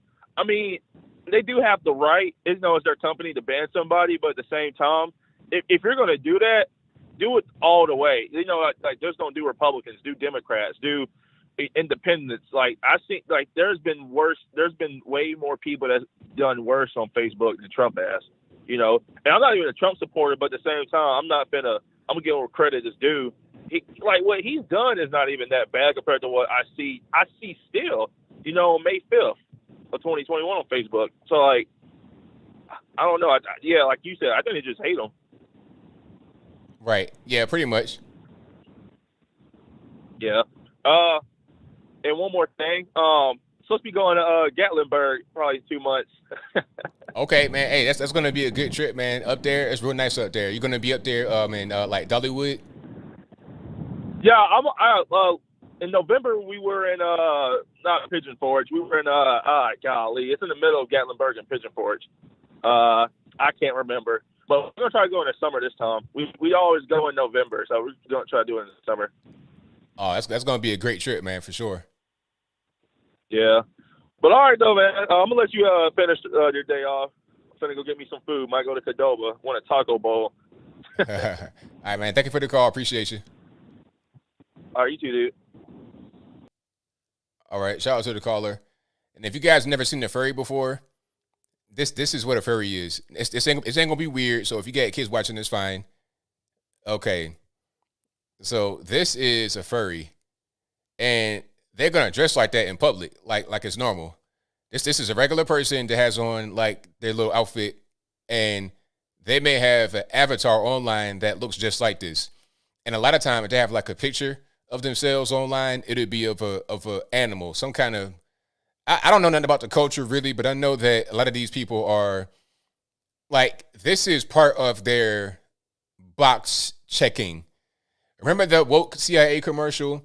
This would be yet another box. Okay, you're LGBTQ, you have mental illness, you got 2 kids, single mom, 36, you're strong, independent, you got a broken leg, you got half an ear gone, you're halfway blind, you can't smell, you got the virus, you got the vaccine, you got a Moderna Pfizer tattoo, and on top of that, you are a furry of color. That's kind of what, and they're super communist, woke, ACAB, all that. So if you got people like this working at Google, because they're super smart too. I'm talking about big brain, like kind of on the spectrum, but super smart, if you understand what I'm saying. If you got people like that working at Google, Facebook, etc., how you going to have Trump be like a central figure that they got to do it every day? They're going to be, the Trump derangement syndrome is dead real. That might be a situation where they're trying to just maintain health of their fragile employees. But we'll move on. Let's go. Okay, if somebody called in earlier, you can't call twice, boss. So we can't have that going on. Not twice in the same night. Let's go to the next one. 516 on the line. Who am I speaking to? Whoa, I got through. Hey, my name is Jack. All righty, Jack. What's going on? What's up? Last time I called in was a while ago. It was like 2017, 2018. So it's good to be back. Oh, good to have you Good to back. be back with ABL. It's funny because last time I was more of a low libertarian, low libertarian. Yeah. You know the phrase. And I called in and I was talking about the Fed all back in 2018, and now I watched again first time in a while, and you're talking about inflation. And it's like full circle, Absolutely.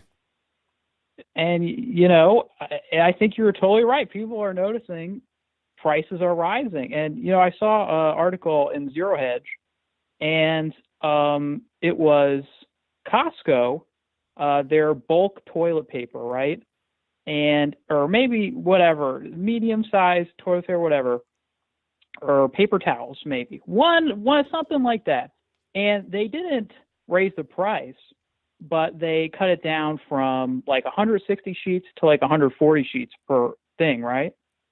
So, a lot of big box stores, they do stuff like that to like hide price increases because, if you're Costco, you don't want to, people don't want to, they go there for cheap stuff, right? They don't want to see like, a 15% increase in price, right? That's like crazy. Yeah, that's a good point. I didn't think about that. It's like little sneak, covert ways of raising prices. You might not even notice. You might not see it, but they're gonna do it for sure. Right, and that's the thing. And you have all these economists and stuff, and they're always like, "Well, inflation's only 1.5% or whatever," and maybe normal people, they don't notice stuff like that, right? And they don't, or working class people, they don't look at the back of the paper towel and they're like, hey, this is only 20 sheets, whatever. But on aggregate, when they're going to the grocery store, they're like, hey, why am I having to go to the grocery store like, maybe 4 times in 3 months rather than 3 times in 3 months, right? Like, why is all the value of my stuff around me? So maybe they don't know it but they know it intuitively in the sense that they're the ones shopping, and all these, rich bureaucrats just think like, oh, like everything's fine. I mean, everything in the grocery store is the same price, right? Exactly. Yeah, so that was cool. And the oil price, Joe Biden gets in office, goes straight up, almost like clockwork. It is amazing. We all saw it coming. The president doesn't. We all saw it coming because it's like, okay, once you get this guy in there, he's gonna just do things that are gonna increase the price of goods and services.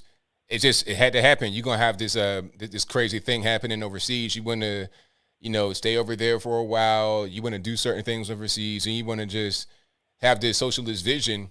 The only way you're gonna be able to have this socialist vision come to fruition is by raising prices. It's having everything go up. It's just going to happen, and of course it did. Yeah, we all know it. We just have to ride the wave, right? But I liked a lot of the topics you talked about today. One of them, the Alyssa Milano thing, I always see stuff like that when liberals are like, oh, it's like systemic racism or whatever. And then there's this meme, and it's like a Wojak meme, and it's like they have like the whoa, we're fighting the system, and they have their little hats on. I can't say that word, but you know what the hats I'm talking about. Yeah. And those are from a few years back mostly. But they're saying we're fighting the system, and it's like every corporation with like the pride flag and like BLM and stuff. And it's like, you really wonder how these people, like, I mean, they're probably just lying. Maybe not Alyssa Milano, though. She seems like kind of a true believer. But you wonder how, like, these liberals, they think they're really fighting the power. And it ties in with the CIA thing, right? They watch this ad for the CIA, and they've totally embraced, like, leftist, politics or ideology. And, you have these people who leftists presumably would hate, right? And they're going to the CIA and they're saying, "Oh, I'm a mentally insane person, feminist, whatever." And you just wonder how these people don't like square that circle. They're like, "Hey, wait, are we the baddies, right? Like, or are we like, are we the system?" But that thought never crossed their mind. Right. Exactly. Yeah, but I think don't you think that's a great thing, that CIA video? Because those people, they hate us. I mean, they hate middle America. They hate conservatives. And I think like that kind of thing is good for like people to see, like, because that's who they are. Yeah, it's pretty clear. They're just putting it out there. I'd rather they would just tell us what's going on rather than trying to, do stuff, and rather than trying to do things that hurt us, they can just do it out in the public and we can see what's going on. Maybe we could do something about it. I'm not really sure, but that right there, that was a crazy thing to see. Yeah, and I feel like a lot of conservatives, they still have like faith in these institutions, and that needs to change. And they're making it easy, right? I mean, if they're going to keep putting out videos like that, I mean, people are going to change. Even like not even just conservatives. I mean, regular independents or whatever. Maybe even some liberals will see stuff like that. They'll be like, wait a second, like, what is going on here? Right on, man. Well, thank you for your call. Definitely appreciate you. Yeah, I'm happy to call back in. Have a good night, man. Same to you now. All righty. Let's get some more here. Let's go. 805 on the line. Who am I speaking to? Oh, hi. This is Cassandra from California. All righty, what's going on? In California, they've passed the HEROES Act in LA County, which was mandatory to give frontline workers $5 more an hour. So now there's at least five grocery stores closing in black neighborhoods in the LA County area. 2 are in Long Beach. Whoa, hold on. Okay, let's pause. So the bill says, okay, you have to give frontline workers, meaning people that work at grocery stores, like, and I guess that's included? As one small group. So a mandatory, in Long Beach, it was $4 an hour on top of what they're already making. So 2 grocery stores have to close because that's $20 million within 120 days that they'll have to spend just to cover that. And they can't afford it. And this is what I was talking about. Like, I say this all the time. People say, you're talking about ABL, you're wrong, all this and that. I'm like, no, I'm not. Like, this is what's going to happen. When you raise the cost of payroll, that's going to be the biggest expense. And a lot of these stores, especially in these low-income communities, they're barely able to afford the store anyway because of the patrons. It's just not enough money to be able to keep it afloat. And then you want to raise the payroll by almost double, sometimes more. It just can't afford it, and then they're going to close. So what's the point of having a very high wage if you have no job? Right. And so that's causing, I guess it affects 7 if you include the 2 in Long Beach. So 2 in Long Beach minimum, and then 5 in LA, high crime neighborhoods, at least 5 of those, because those already are their lowest performing. And when you add on the deficit from the pandemic, when they were already hurting, it's a lot more. And I got some random text that the healthcare workers union plans on giving all the healthcare workers in California $10,000 each. They're trying to pass some bill. Wow. So as a healthcare worker, like that's a lot of people. So that once again is just another way of, upfront visuals buying people off. So, but I, as a healthcare worker, like I don't need the $10,000. Like I want to keep my job. Yeah, isn't And that I more just important to keep, keep your job rather than just that, that the bonus that might not get there anyway? Yeah, well, and if it's just gonna it's California. Obviously, we're bleeding money, and Newsom's keeping all the money he is getting to himself. He's not injecting it into anything. He's still killing off all the businesses and keeping the money for himself or the teachers' unions. So what good is $10,000 going to do me when everything else is, suffering? Right. Exactly. And then he plans on releasing like 76,000 criminals. At the same time, we have open borders and less business and a hike in minimum wage. That's a natural. I don't know how that is a disaster waiting to happen. Yeah, so I don't know. We have geniuses over here, I guess. I don't know how that happened. Right. And so my first hospital I worked at, it was more conservative leaning, and I actually had a lot of immigrant pharmacists that I worked with that are from Iran, and they said one of them has a problem with illegal immigration. And not even just illegal immigration, but she has a problem with immigrants that come over here from the Middle East because they make her look bad. And I guess there's a problem where immigrants from Middle East, I don't know if it affects other countries, they take out loans here. They're approved for American loans. They get their degrees at our best universities, and then they go back to the Middle East and never pay those loans. Wow. Because they know they're never going to come back to the United States. So she has a problem with her own people, Persians or whatever, coming over here, being accepted for loans on American dollars, going to our top schools, being in debt $300,000, whatever, and then going back to and taking all that knowledge with them back to the Middle East and just abandoning all financial responsibilities here. Right. So those are just some of the issues. Yeah, there's a lot going on for sure. There's a lot happening. Yeah, and that's it.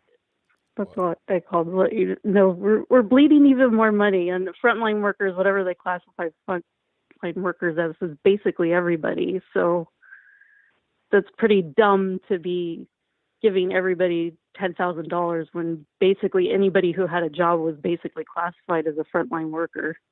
Right. Exactly. Well, I thank you for your call. Definitely appreciate you. Okay. Thank you. Bye. Wow, that was a crazy call. I'm going to do a video about this, about the whole. Good morning. It's. Pardon me, about the whole thing with the stores closing, because I've said this for years. For years, I got a whole playlist talking about the minimum wage, going back years. Go to my channel right now. On the front page of the channel, I got a whole minimum wage playlist. It's right there. Matter of fact, I'm gonna read this headline right here. When she was talking, I brought it up. Let me find it. Okay. Rouse Food for Less locations shutting down in Long Beach over quote-unquote hero pay. It said 2 grocery stores in Long Beach will permanently close Saturday after Kroger said they couldn't afford the city's quote-unquote hero pay law. Kroger announced plans February to close the Rouse location on North Los Coyotes Diagonal and the Food for Less store on East South Street. Kroger says the 2 stores have been underperforming and that it would be financially impossible to keep both stores open if they had to pay workers an extra $4 an hour to cover for over 4 months. Exactly. That's what I'm saying. If you're in a low income area already, you're already not going to be performing very well. So why does it make sense to raise the cost of pay for payroll when you're already kind of like in the red? It makes no sense. Just go ahead and close it. So now, out of these black neighborhoods, poor neighborhoods are not going to have the grocery store. You're talking about, we can't have any food deserts, but you literally passing laws to create food deserts. See, I'm not a guy that says, government, please save me, do everything for me. My main thing is have government get out of the way. That's my main thing.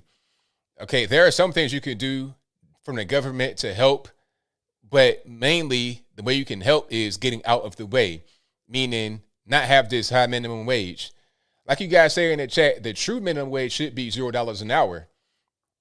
Okay, because there are forces out there that would make the wage go to a certain point. Like the way it is right now with the government handing out unemployment money is like it ain't nothing. Like it's Tic Tacs and Pez and everything else.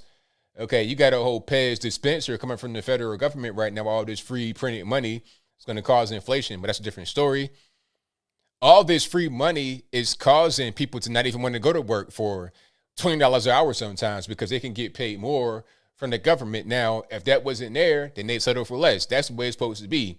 It's the natural forces of the market determine what the price is going to be. It determines whether you succeed or fail as a business. And when you come in there with the government and interfere, that's when things get messed up. That's when things go really high. Businesses close. The more government you have, the less independence you have, the less private business you have. It's just not a good thing at all, period. Let me get to the next one. 602, you're on the line. Who am I speaking to? Jason. All righty, what's going on? Tell me what's better, cupcakes or muffins? It depends. It depends on the mood. No, don't. Cupcakes. Okay. Keep it up, ABL. Take it easy. Thank you for the call. All righty. Interesting call. Let's get to the next one. 614 the line. Who am I speaking to? Hello? Yes, who am I speaking to? My name is Nico. All righty, man. What's going on? Good. So I've been seeing a lot online recently, a comment, and I just wanted to get your opinion on it. All right. The only lives that truly matter are those who respect the lives of others. So the only lives who truly matter are those who respect the lives of others? It's the only lives that truly matter are those who respect the lives of others. Okay. I can get with it. So a lot of people seem to have a problem with that, and I just wanted to explain it. Go for it. Well, respect, naturally, what we're talking about are people's lives. You know, we're not talking about feelings. You know, we're not talking about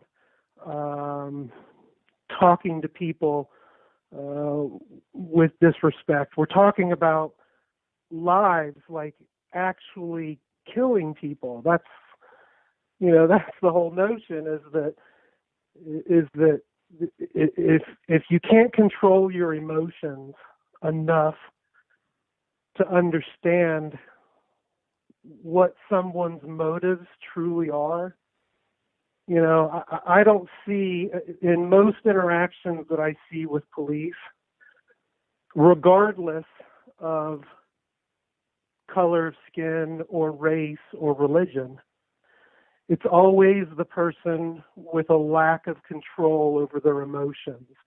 Whether it's the individual being dealt with by the police or the police themselves, it's typically not the police. But I can't say that every interaction I've seen with an individual has been perfect, because humans aren't perfect. We're all humans. You know, there's nobody on this planet that has an opinion that's perfect. We're human, and so that's what it comes down to. And I'm not saying that because I created that philosophy. This is a philosophy we've always lived by. It's never been any different. And no matter what interaction you find yourself in, if you are able to control your emotions and find respect for the people around you, then you're typically going to end up on top, or at least you're going to walk home alive. And I think that's the only important thing in life that really matters, is that we're alive. So it's unfortunate that people have to die. I don't like it that George Floyd died the way he did, but you live by the sword, you die by the sword. And he wasn't he was the farthest thing from a perfect citizen. That being said, he had a life and he lived it. And that's more than some can say. So, I'm happy to say that I've lived to be the ripe old age that I am, and whenever I pass away, it won't be because it won't be because I'm violent or losing control of my emotions, or at least I can only hope for that. Have a good night. Thank you for the call. Definitely appreciate you. All right. Shout out to the caller. Good call. And let's get to some more here. Let's go. 630, you're the line. Who am I speaking to? 630, hello. Cannot hear you, boss, if you're talking. All right. I don't know what happened. Got to tighten up your Obama phone, get some minutes on it. All right. I got time for one more. And thank y'all for being here yet again. If you guys enjoy what you're hearing, if you guys have enjoyed the show, go ahead and give me a thumbs up. Like the video, share the video, do all that good stuff. If you're not subscribed yet, I don't know what you're waiting on. Go ahead and subscribe right now. I'd appreciate it if you did. 661, you're the line. Who am I speaking to? Hello. Can you hear me? I hear you well. What's happening? Not much. I live in Southern California myself, and I have to say, I was one of the supporters of like the recall Newsom effort, but it's like we can't be really choosers at this point with Caitlyn. It was like, oh, get him out, and it's like, oh, Caitlyn emerges like, oh, well, we said get him out. Exactly. It's like, hey man, at this point, you kind of in a desperate situation. So, like I'm saying, if you're in the water and you're sinking, and here comes Caitlyn, Bruce, Big Bruce, whatever, I'm here to save you. Give me your hands, Anthony. Come on, let's go. I'm like, all right, man, come on, let's get out. Yeah, it's like if I was in that situation, I was like, well, you better be as strong as you were in your Olympian days. Exactly. Yep. Get someone that discus strength in there and lift me up out this water. Yeah. It was just like, it's like if you can help switch California back to the way it was, I'm all for it. Right. But what else was I going to say? Another thing I wanted to talk about is like, the police.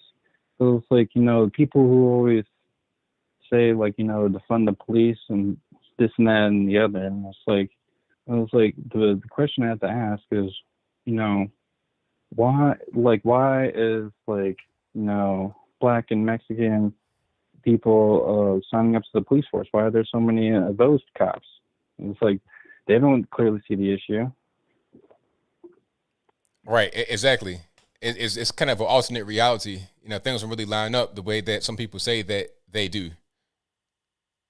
And it's like, like growing up here, and it's like, it's like there will be like, bad stories of bad cops and here and this and that and the other. But it's like, it was like, whenever had encounters with the cops, it was always nice. And it was like, oh, these guys are not out to get me, so why would I assume otherwise? Right. Exactly.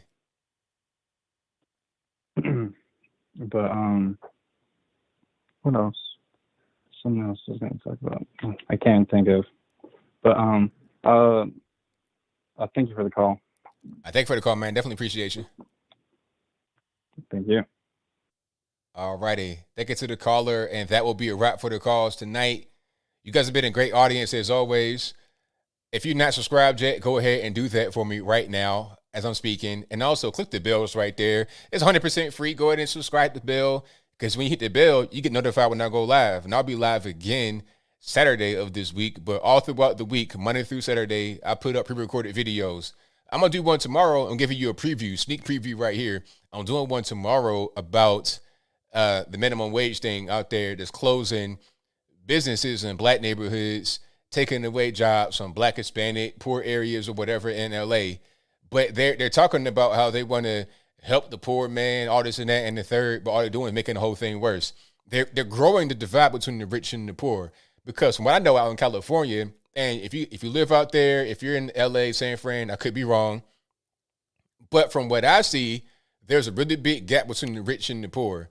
It's getting to the point where it's like Mumbai, India, where you got these big literal skyscrapers that are somebody's house right next to a complete slum.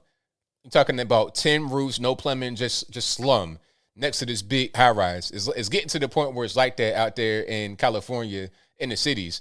Now, once you get away from the big cities, it's beautiful, except for the wildfires and things of that nature. But you understand what I'm saying? It's not like the way it is in the congested areas. But LA, I mean, good night. That's just too much going on. And when I was in LA, it kind of reminded me of a slummy type situation a little bit. You know, I was out there by the airport, you know, going through Inglewood and stuff like that. It's like, yikes. You know, this ain't really it for me. But I digress. The whole point is, when you raise the wages up artificially from the government level, that's not the way the business operates. Wages come from a particular place. You can't just raise it artificially like that. You're going to have job loss. You're going to have businesses that close down. And somebody could say, oh, so what? They don't deserve to be open. They don't deserve to be in business. Okay. Tell that to the business owner. There's probably minority himself. Tell that to the employees that were working there, that were getting their money. Are you going to pay their bills now that they don't have a job because you say they don't make enough? It's so dumb, but I'll talk about that tomorrow. So thank you all for joining. I got super chats on deck, and then I'm going to get on out of here, wrapping on up, put the bow on the top. Shout out to the mods. If you're here, thank you for doing a great job, as always. But let me read these right quick. Oh, Skid Row. Yeah, Skid Row is like that. Thank you, Pleb. I'm tearing your name up. Not my fault, blaming the white man. But Skid Row is like that. It's like Mumbai slum, 1,000%. And it's big, too. It's really crazy. You got the plague coming back. I mean, now, what if you have things like Skid Row expand? You're going to have a skyscraper right next to slum, directly right next to it. All right. Thank you to Super Chats here. Thank you to Trey, who says, I already read that one. I read that one. And thank you to Leo, who says, are you a PB&J fan? If so, what type of PB&J? You know what? I just had a PB&J before this show. You know, before I do a show, I'll always get a little snack, just a little something to keep me going and keep my energy levels high. I had a PB&J, and I had crunchy PB&J on some of the Cheesecake Factory brown bread, and I had some strawberry jam. Oh man, that right there was the wave. I'm talking about the truth. That I felt like I was. I felt like I need to have a gold-plated plate to eat that on. That's how high price I felt eating that PB&J. All right. Shout out to Steven, who says, hope this helps. Thank you for that. It does help. Shout out to Jet, who says, the only people of no color are ghosts. Every color is a color. Shout out to Kayla, who says, the president is mentally unfit, so why not the Central Misintelligence Agency? Exactly. There you go. Thank you to You're So Cool 23, who says, as soon as people realize all the woke crap is a distraction from China takeover, the better. My good friend is a higher up in military, and he has confirmed this. Keep eyes on China, y'all. Yeah, definitely. Thank you to Leo, who says, did you see that one judge that went after the lawyer who brought race card in? I'm not sure if I saw that. Was you talking about the Chauvin trial? I'm not sure if I saw that or not. But if he did, then bravo to him. Let me see. Shout out to Cynthia, who says, prayers and support, Cornelius and Cynthia. Thank y'all again for that. Appreciate you guys. Thank you to Angel, who says, hey, ABL, thanks for your insight. Thank you for that. Appreciate you, boss. Thank you to Eunice, who says, ABL, get him right now. How dare he kick that no English speaking racial slur out of my face? Talking about your boy, Ivan. Thank you to Eunice, who says, she would never say the N-word to your face. You know, I never have anybody say anything to my face, ever. Ever, ever, ever. It's always love, and either it's always love when people see me, or they kind of look and don't say nothing. But I never have anybody say anything negative. It's always love, always. Thank you to Denny for becoming an ABL supporter. Shout out to Nate, who says, always love your content. ABL, keep it real, man. Thank you for that. Shout out to Jack, who says, thanks for taking my call. No problem. Thank you to Lewis from Spain, who says, imagine the irony if the right ends up winning the woke game by having the first transgender president, phase 1, doing a good job in California. Shout out to Super Sober Guy, one great name, sir, Super Sober Guy, who says, mom is a heart patient, had the virus on the 19th in March. It took her 4 ER visits and 4 doctors to finally put stents in the heart that she needed. They hesitate because of the virus. Wow. That's crazy. Absolutely crazy. And shout out to Jamie for the thank you emoji with the bowing. I appreciate you for that. All right. You guys have been fantastic. I couldn't do it without you guys. I'll be back live again on Saturday, and I'll be doing pre-recordeds all throughout the week as normal. Go to the merch store, ablmerch.com. Promo code 1776 to get 20% off your next order. I also have soaps. I got some hot soaps, good soaps. There's a link in the box for that. It says ABL soaps. Get that. They're naturally made right here in America. It's I'm telling you, once you get them soaps in your life, it'll change your life. It's all different kind of scents and flavors and all of that is great. So get you some of those soaps from a company right here in America, Mr1920.com. Get those right there through the link in the box. And that's pretty much all I got. Oh, of course, my website. If you need anything from me, if you want my email, my snail mail, my recent articles, AnthonyBLogan.com. All the sources are on there. Everything's right there. Yes, soap. Absolutely. Hey, you know, I get some of the craziest offers for sponsorships. I turn most everything down. But they sent me some of the soap. I was like, you know what? Why not? Why not? Okay. People like to get fresh too. They happen to be conservative or whatever, so why not? Okay. You know, I got this skin right here that's decent for the most part. This is because I take care of myself, or I try to, you know. But that'll be it. So until next time, y'all be safe. I'm out. And peace.